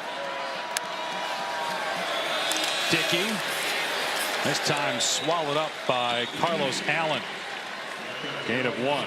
They also have an improved offensive line. Howard Sampson, new left tackle, transfer from North Carolina, ranked in the top 20 among transfers according to ESPN. They got a lot of those guys. And again, a lot of the targets were players who had been captains, leaders on other teams. It wasn't just a signing frenzy just to accumulate as much talent as possible. It was very calculated and well done by Texas Tech. Dickey brought down again near the line of scrimmage. That was McCutcheon on the tackle. 3rd and long as they try to solve their red zone issues here offensively on this 3rd and 10. It's been the danger zone for this offense. They've moved the football up and down the field at will. Yet when they enter the red zone, this offense has shown signs of sputtering here tonight.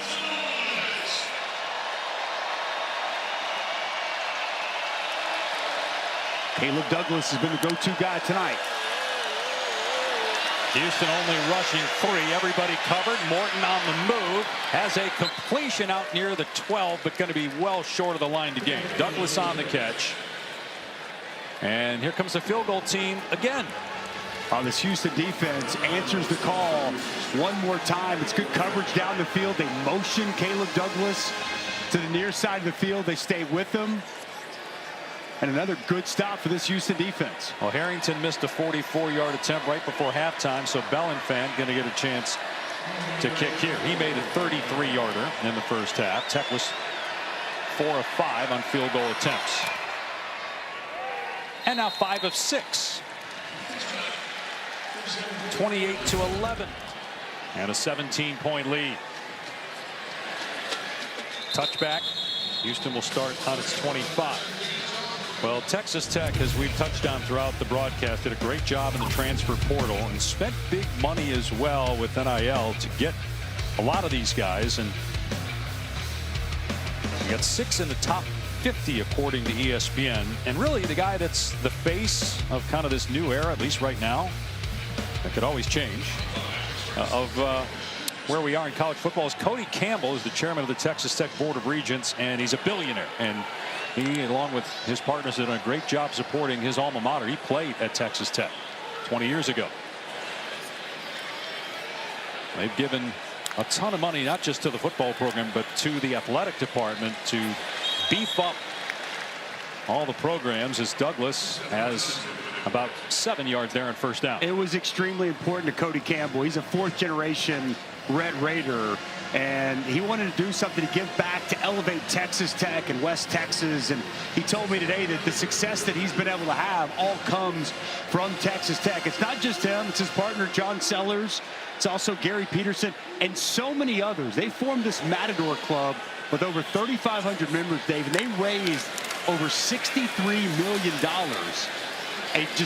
An incredible amount of money and resources have been poured into Texas Tech athletics, the pro football program, the basketball program, the softball program. But it really was Cody Campbell that had the vision to be able to see. Illegal formation. Offense, 5 players in the backfield. 5-yard penalty, replay, second down. To see that there was a moment, a point in time when the House settlement was coming to fruition, and that there was going to be an area of time before, July 1st, where you could really load up and put together a roster. There was a strategy involved, execution, and Joey McGuire has made the whole thing go. Chris to throw, pressure on, and Chris is sacked back at the 19-yard line by David Bailey, who is a part of that transfer class, ranked number 9 by ESPN, projected first-round pick from Stanford. Well, watch the hands and watch the dip off the edge. Gets so low whenever he goes with his rip. Romello Height coming off the other edge, and it's perfectly timely. 2 of the key pieces of this defensive line that they identified, they brought in, and have been extremely productive for this Texas Tech defense. Joey McGuire told us that Cody Campbell and his team sat down with Kirby Hocutt, the athletic director, and the coaches, and said, this is right when everything was announced, as the NIL money was going to increase as Snead is brought down to the 25-yard line. He basically assured his head coach and the athletic director that he would do whatever he could financially to support Texas Tech. And it was very early on in the process when this all came down. And boy, was he true to his word, because the amount of money spent has been astronomical, and it's a big reason why Texas Tech is looking at 5-0. They can hang on here.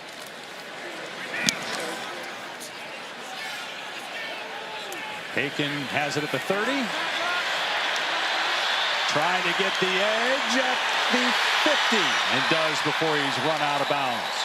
It's about having a plan, having the resources. In Texas, including a lot of members of the road team.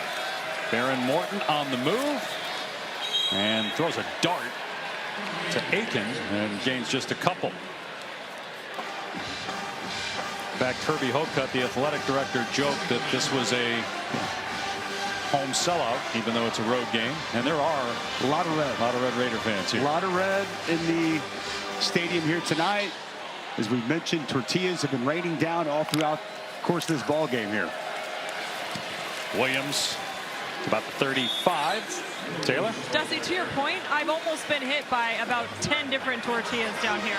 So it's no joke. It does feel, in aspects, like a home game for Texas Tech. Well, you should have asked me for some advice. Having played at Texas Tech a couple of times, I know how to dodge those tortillas very well. I was going to ask you if anybody ever picks up and eats them. Dip, dive, and dodge, Taylor. And no, don't eat them.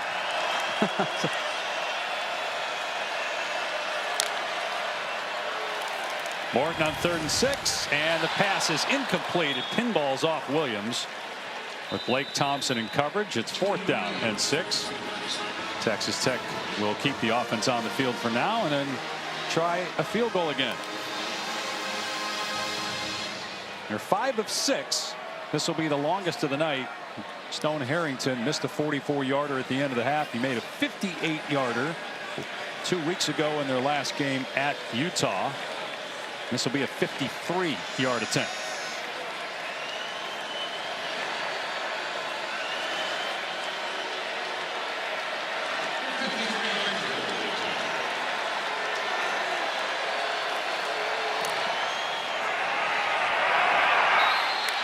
Another miss.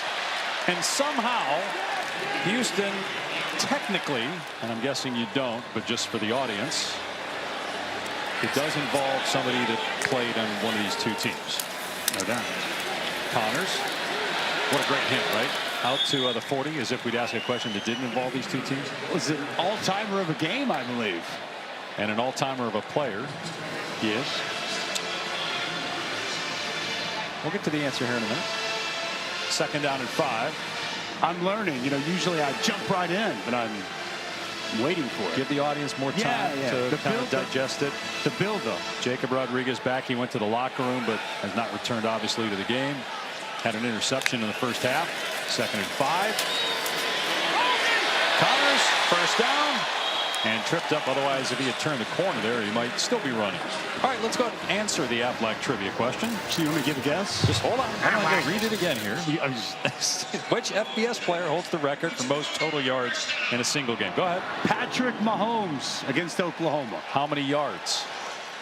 820-ish? Is it 820? Wow, that's really good. 819. Okay, there you go. Zion Chris, Gramillion in double coverage, has it picked off by Brendan Jordan. The 3rd takeaway of the night for Texas Tech. Brendan Jordan playing safety is outstanding, reading the eyes of the quarterback, Chris Gramillion. I mean, right here, just watch him work over the top. Eyes stick with the quarterback the entire way. Finds himself in perfect position and breaks on this football. High points it. And another takeaway for this Texas Tech defense. Coming into the game, one of the best in college football. They had 9 takeaways, 7th in the country. Now 3 here tonight, 12 on the season. They stop the run, they pressure the quarterback, they take the ball away. It's an impressive Tech defense. Morton's pass too low, incomplete, intended for Douglas. So if you look at quarters 1 through 3, still 3 minutes left in the 3rd, but assuming Houston doesn't get any more points here, Texas Tech has allowed 14 points all year, quarters 1 through 3. Are they good enough defensively to win the Big 12 and to be a factor in the college football playoff? Yes. Yes, and there's a long way to go in the season, and health is always a big issue. But with the way they can play up front with their defensive line, the linebacking core, that entire front 7, yes, I do believe. As Dickey is out to the 28. Houston trying to rip the ball away. They finally blow it dead. I do believe this is a team that everyone's gunning for. This is going to be the team to beat in the Big 12, and they're not invincible. No one is in college football today, and you've already touched on a couple of tough matchups they have coming up. They got to go to Arizona State. They'll have BYU later, and who knows? And pass deflected and caught by Aiken. It was McCutcheon that got his hands on the ball, but another fortuitous hop for the road team. It's happened a few times in this game. And a stop for Houston, but if they continue to play the way that they've played to this point in the season, yes, I think that the ingredients are there for a team to make a run to Arlington for a Big 12 championship and potentially make some noise in the CFP. They've never won a Big 12 championship. Right. That's correct. And if they hang on to win here, they would join Arizona State, BYU, Cincinnati, all at 2-0 in league action.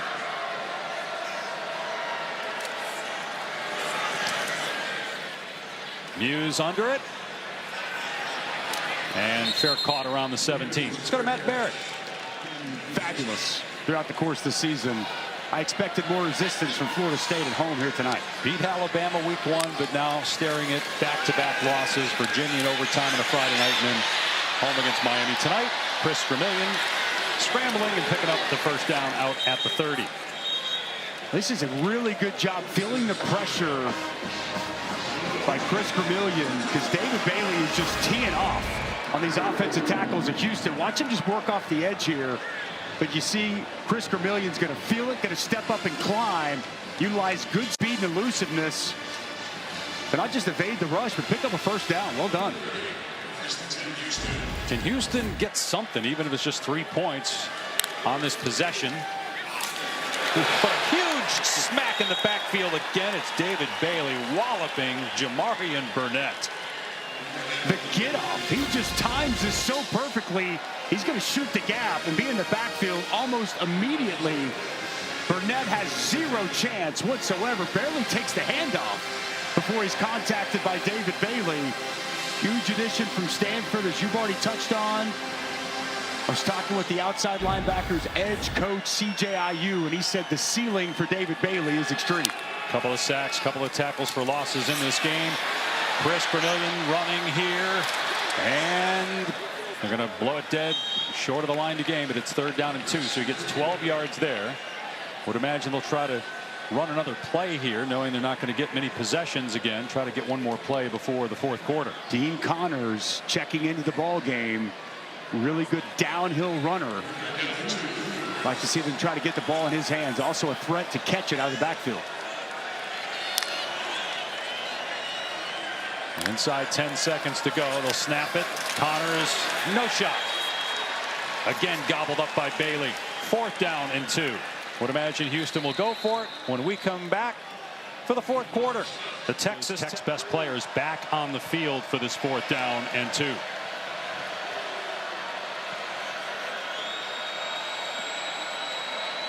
And he's coming with a blitz. It's picked up, but he got a hand on that pass. Batted down, incomplete. We haven't even seen him really here in the 2nd half, but he makes his presence felt when he's out there. Well, Jacob Rodriguez, as you touched on, he's going to come under pressure. Picked up well by Dean Connors. And Dean Connors going to step up. But between Lee Hunter inside, the big defensive tackle, and Jacob Rodriguez both get their hands up, get the pass deflection. Another stop for this Tech defense. We've talked so much about the investment made on this Tech defense. Well, it's paying huge dividends, and you're seeing that return here tonight. And we talked about in the 3rd quarter, and look, they're not the only team. There are plenty of teams around the country that are investing, but it's just different when it's a school that isn't used to getting a lot of the big name transfers. And again, having big money spent now that it's allowed through NIL. Hey, it's a part of the world we live in college sports. You got to have resources and tap into those resources. Joy McGuire has leaned into it. Kirby Hocutt has leaned into it. And you know, any schools that has the opportunity to have those resources, they're utilizing them to the fullest. Aiken catch and run after another missed tackle by Houston. He's down inside the 15. Gain of about 23. 1st down. Morton to Aiken, a combination has been called a lot here over these last couple of years. Childhood friends. Aiken actually a quarterback back in high school. It was kind of partially Baron Morton who recommended maybe you should move over to wide receiver. And well, it's been a great decision as he's put together a really nice career as a Red Raider. Dad is a high school rodeo coach. Aiken another catch at the 10. And down to about the 6. It's actually the rodeo coach at Tarleton State. First of all, I didn't know they had a rodeo team at Tarleton State, but they do. And Aiken's dad is the coach. You knew that, though, being at Lake Dallas. I did. I'm from kind of that area originally. So, yeah, Tarleton State known for the rodeo for sure, Mr. Pash. Williams close to a 1st down. It'll be 1st down and goal. And Coy loves every aspect of that. Junior rodeo right there, the big smile as a young kid. You ever try it growing up? Absolutely not. No, rodeo not for me. I think I'd hog tie you though. I think it'd be hard to get the bull get you off of him. Yeah, well, gonna pass on the bull riding. Baron Morton. Oh, hit hard inside the 2. I'm a little surprised by that play call there from Mac Leftwich. I know, but Baron Morton is tough. He's tough as nails.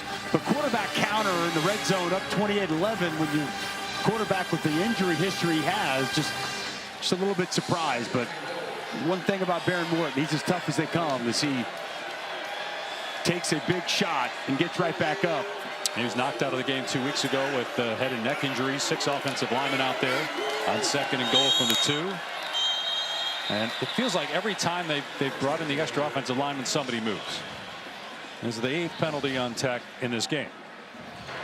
Prior to the snap, false start, number 89, offense, 5-yard penalty, remains 2nd down. We were asking Baron Morton about all of the pre-snap penalties against Utah, and they actually implemented this silent count this week because they did not feel like they handled the crowd noise at Utah pretty well. Still not using that silent count here today, but clearly still having issues, guys. Yeah, it's not that loud right now, and you do have some Houston fans in the Houston blue that are still here and still cheering. The pass a little behind. Kobe Williams turns it upfield, and Williams diving. The ball came out. They're going to rule him down, not in the end zone, but down at about the 1 yard line. Take a look at how close this was. Stretches that ball out. Ooh, I think he got over. Might have gotten over, yeah. Pretty That close. is so close. Where is the leg when he stretches? They're getting to the line, though, so not a chance to blow the whistle to further review it. It doesn't matter now because Williams is in the end zone for the Texas Tech touchdown.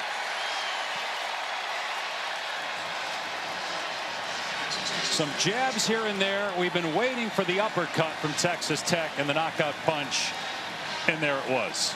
It's really good interior blocking. The center, Sheridan Wilson, the right guard, Davion Carter. They're going to do a really nice job here. You see Carter open up this hole for Jacoby Williams. Just going to follow that right side, lean forward and get to the end zone, and finally cash in on the red zone for this offense. 2 touchdowns today for Williams, matching his total from the first 4 games.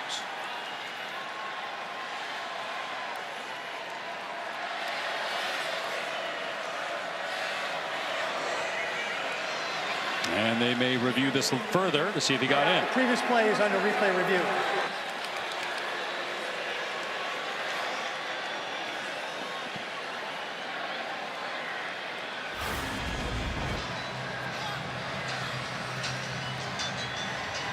Looked initially like the surge. He got in. To be honest, I'm not exactly sure what they're going to take a look at. His whole body's up. Yeah, the ball is completely across. This should be a pretty quick look. Unless I'm just completely missing something, Dave. Well, if you are, we both are, because I saw a touchdown pretty clearly as well.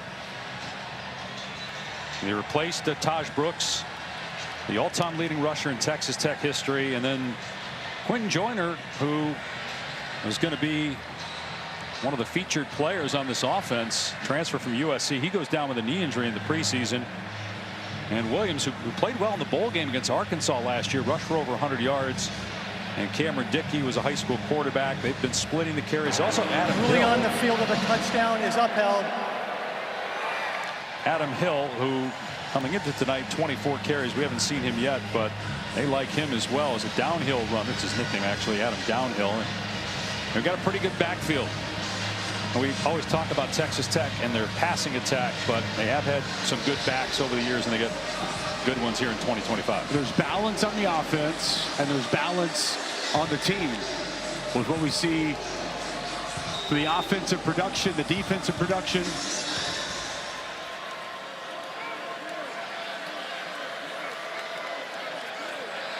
Belenfant on for the extra point. And so Texas Tech, which Between the tackles for another Tech touchdown. and the knockout punch. Muse on the return for Houston. And Muse shoved out at about the 30-yard line by McCutcheon. By McCarty, excuse me.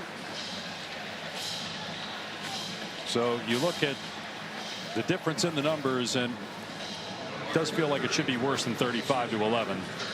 Again, they had to settle for a handful of field goals in this game when they got inside the 25. With 2 of 7 in the red zone, and you know, good job of Houston being able to come up with some stops, but it really does mask just the thorough domination we've seen from Texas Tech here tonight. Zion Chris on the move out across the 35.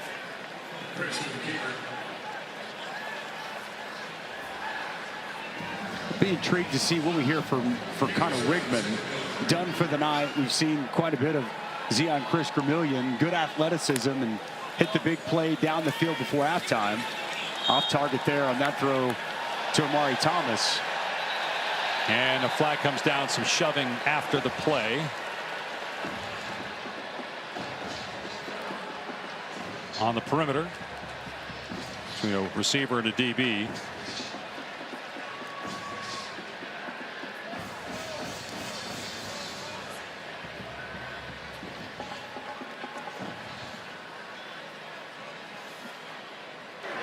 After the play, unsportsmanlike conduct, offense number 5. This first of the game, 15-yard penalty, 3rd down. That's going to drive Willie Fritz crazy. Down 24, getting an unsportsmanlike conduct. So up next for Texas Tech, home against Kansas. They don't play Cincinnati. Right. They don't play Iowa State. And you got Arizona State on the road, Kansas State on the road, still a tough game. Sure. BYU at home. UCF at home at West Virginia. Look, there's no gimmies in the Big 12. It's a very competitive league. There's no question. Chris's pass offline. But the way Texas Tech has performed, the way they've looked week in, week out, and it does not seem like they're slowing down anytime soon. Right, if they go to It's Arizona hard to State, look at any of those games and say, oh man, those are, scary. If they continue to do what they do, play their game, they're going to be favorites in all the games remaining on that schedule. I mean, if they go to Arizona State and do on the road what they did to Utah, how are they going to lose a game the rest of the way? Again, it's tough to envision that happening. But as Joey McGuire would be the first to tell you, you got to take it 1 week at a time and continue to execute, continue to play every single week. Fair catch made by Aiken.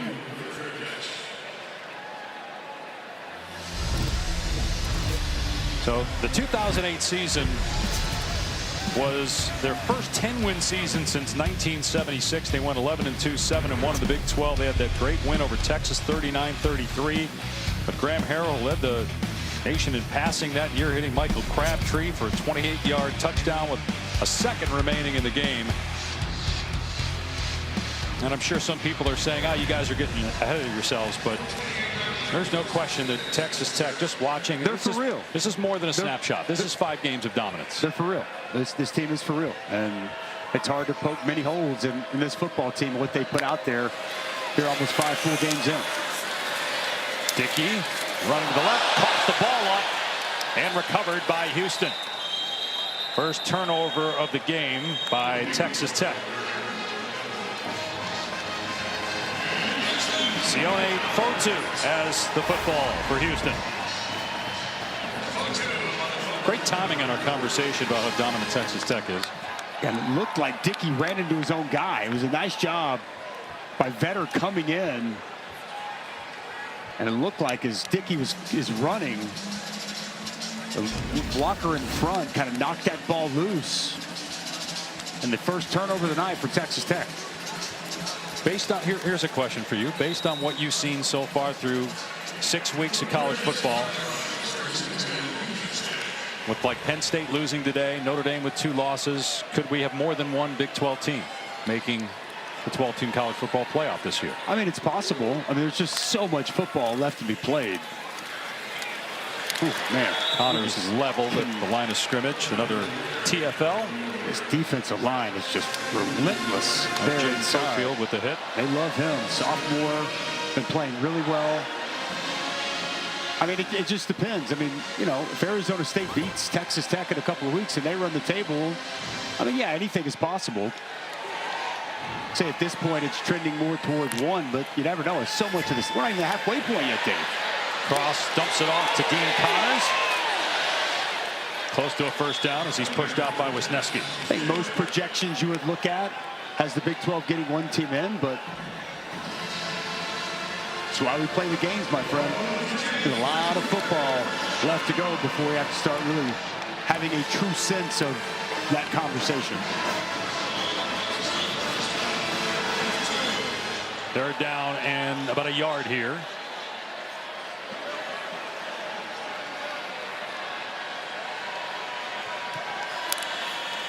Pressure coming from Texas Tech.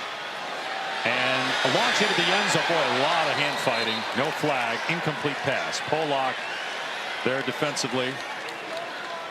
And so it's 4th down. When Pollock turned into the offensive player, it looked like that ball just up in the air. And as he gets in position to try to get his 4th interception of the season, you mentioned the hand fighting. With Jaquise Martin, who was the intended target. Jaquise Martin was all over Pollock there in the end zone. So 4th down.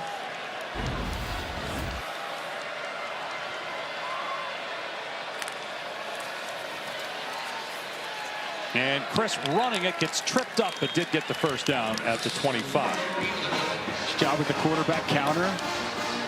Luke McGarry, their blocking tight end out in front, helping pave the path for Chris Gramillion.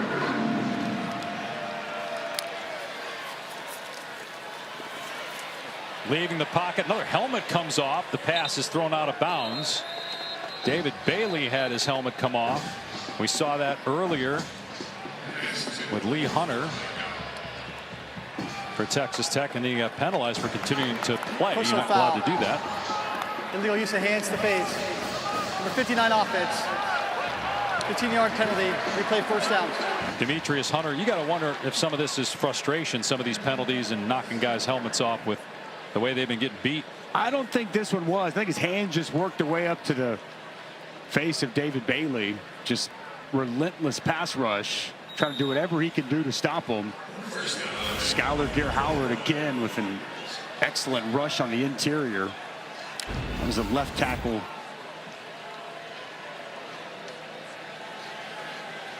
So now 1st and 25.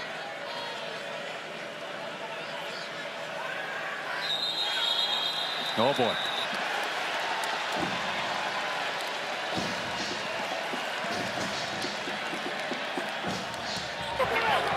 False start.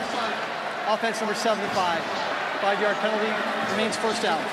Well, look, this is a team that had to come back from 2 touchdowns down to beat winless Oregon State last week. They did beat Colorado here. Long way to go this year for Houston. Got off to a great start, but as bad as some of the voting has been in the AP this year with some teams, I think they got it right with no votes for undefeated Houston at all. Not even a single vote for the AP Top 25 coming into this week. Chris Gramillion running downhill. Nice juke of Brendan Jordan. And on 1st and 30, he gets about 20. Now, this is a much improved Houston team. I was about to say, I mean, they're a much better team they were a year ago. It's year 2, Willie Fritz. He's starting to get his players in there. He took over a bad situation, so I don't want to just bury this team here. I mean, they may not have gotten any top 25 votes, but this is an improved football team, and they just ran into a team that's better than them here tonight. And 4 wins last year, 4 already this year. Certainly progress, and Willie Fritz has done that throughout his career, including what he did at Tulane most recently. Connors gets 1. 3rd and long coming up. 2-time American Conference Coach of the Year. 2 10-win seasons at Tulane. He's been all over. He's been in all ranks. Junior college, FCS, group of 5, now Power 4. And he's won a conference championship at every level of football he's been at. And they got a ways to go here in Houston, but that is the goal. And it's tough to argue with the track record from Willie Fritz. Again, lost their quarterback due to injury. Connor Wigman, turnover on the first offensive play. Led to 3 Texas Tech points. That pass off target. Didn't look to be on the same page with Broussard, the receiver. So it's 4th down. Pass rush just continues. David Bailey, Romello Height. And I'm so high on Texas Tech, where I've talked about them so much. And it's not just because I played defensive line, but to me, one of the most important ingredients of a championship team is high-level elite defensive line play. And that's what we've continued to see consistently here from Texas Tech. All 5 games, this defensive line, it's the first thing you notice when you pop in the film and watch it. Well, you look at the SEC, the Big Ten. Usually the best teams in those leagues are the best teams in the country. As Bailey lost his helmet again, and it's because they have great defensive line play. That's caught by Koziel, but he appears short of a first down. No flag down, but Bailey lost his helmet again. Merriman, the right tackle, knocked it off. Will win it with an interim coach. A 24.5-point favorite in that one was Penn State, and they lose. And now the real question becomes, are they going to get in the college football playoff? As they get their 2nd loss here in early October, man, just wild. Jerry Neuheisel, I mentioned earlier, but interim offensive coordinator. That offense hadn't done anything all season And to put up 42 on that Penn State defense, really, really impressive. Life's about making the most of an opportunity. And boy, it sure seems like Jerry Neuheisel making the most of that opportunity here today. And then you've got Texas losing at Florida and now having to play Oklahoma. Maybe John Mateer is back for that game. Red River next week. 3:30 Eastern ABC. Jacoby Williams brought down after a gain of 1, 3rd down and long. It's amazing just here already early in the season, some of the teams that we thought what they were going to be. Texas was your preseason #1 in the country. 2 losses here early October. Penn State, preseason top 3 team in the country. 2 losses early October. Clemson, preseason top 5. 3 losses already before we hit October. Typically, a lot of things stay true to form, but has not been the case here in 2025. Texas Tech with 480 yards of total offense. They had 350 at halftime. First down for Jacoby Williams. Run out of play at the 39. 18 more yards for Williams, and that should push him over 100 now on the night. I like the way he hesitates, and then you see the burst. Nice hole on the interior of the offensive line, but between Cameron Dickey and Jacoby Williams, these guys 175 yards on the ground between the 2 of them. Both catch the football extremely well in the backfield. It's a fun 1-2 punch to watch.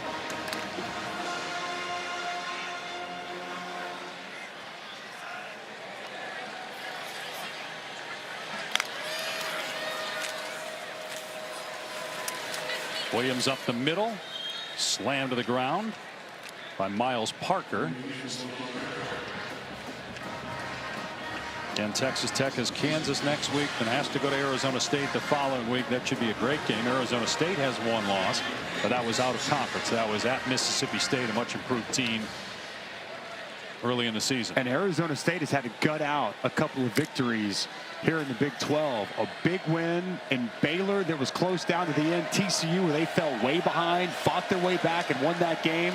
They've got some real toughness and grittiness to that team, that program. First down for Williams. Well, featured on College Game Day today is not only one of the most inspiring stories in college football, but right now in all of sports.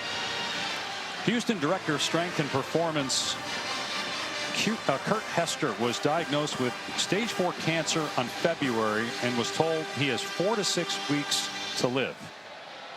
Here we are in early October. He says his blood levels are good right now. The tumors are shrinking, and he's going to work every single day. Has not missed a day. Incredible. Just an amazing story of someone not going to give up, continues to fight, and continues to pour into these players and this team.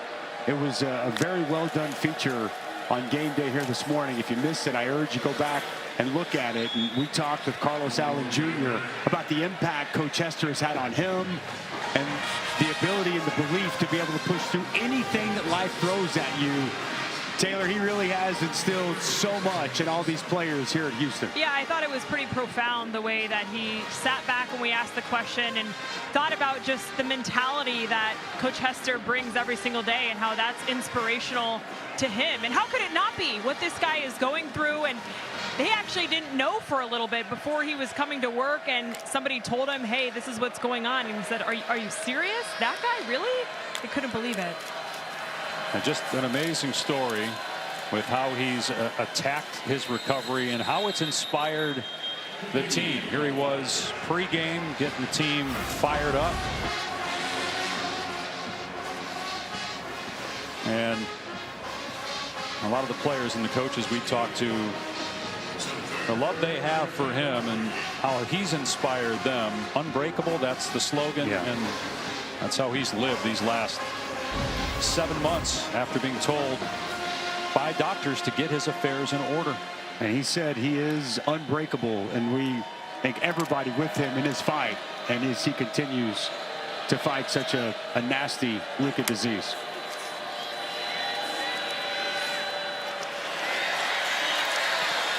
Coy Aiken on the catch, down about the 30.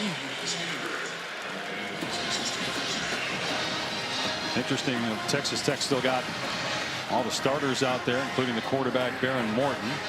2.5 to go in the game. Stats continue to accumulate. Kind of wonder, is that potentially at play here? You know, but a lot of people mentioned in the Heisman Trophy conversation, Baron Morton hasn't necessarily been one of those, but his numbers now, 12 touchdown passes on the season. He's up over 300 yards in this game. He's going to be somewhere around 1,400 yards at the conclusion of this game. And also, again, looking for some style points maybe when the committee starts to meet. The bigger your wins. I mean, their closest win was 24 against Utah. Right. And it's 24 right now over Houston. Texas Tech will go to 5-0 for the first time since 2013 when they started 7-0. And they should move into the top 10. The last time they were in the top 10 was also 2013. Cameron Dickey on the loose down the sideline. And out of bounds. He actually stepped out back around the 13.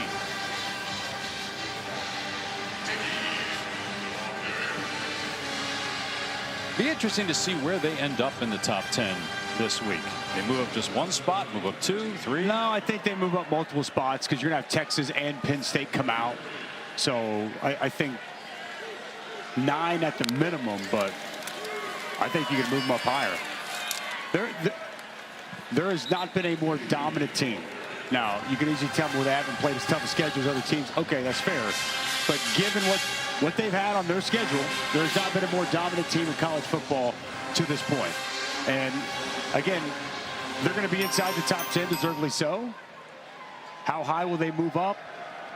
We'll see. But I think they continue to prove themselves week in, week out. And Joey McGuire knows. He's got a really good football team.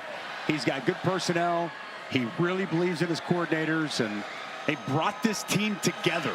This is a team. They've done a really good job with the veteran leaders they had, the new players they brought in. You mentioned it earlier. They just bring in talent. They brought in former captains, alphas, and they have really come together and found cohesion in a short amount of time. And it's going to be fun to watch and see what this team is capable of doing throughout the course of Big 12 play. It's the culture that they have. That's right. And that's Joey McGuire. Yep. And just looking at that upcoming schedule, it's going to get really interesting if, again, they go to Tempe in 2 weeks and do what they did to Utah. First up, they have Kansas. Even before that, they're going to celebrate this one because it's another impressive showing on the road against the previously unbeaten team. It's a historic start to the season for Texas Tech when you consider how they are dominating their opponents through the first 5 games. 5 straight wins by 20+ for the first time since the 50s in Lubbock.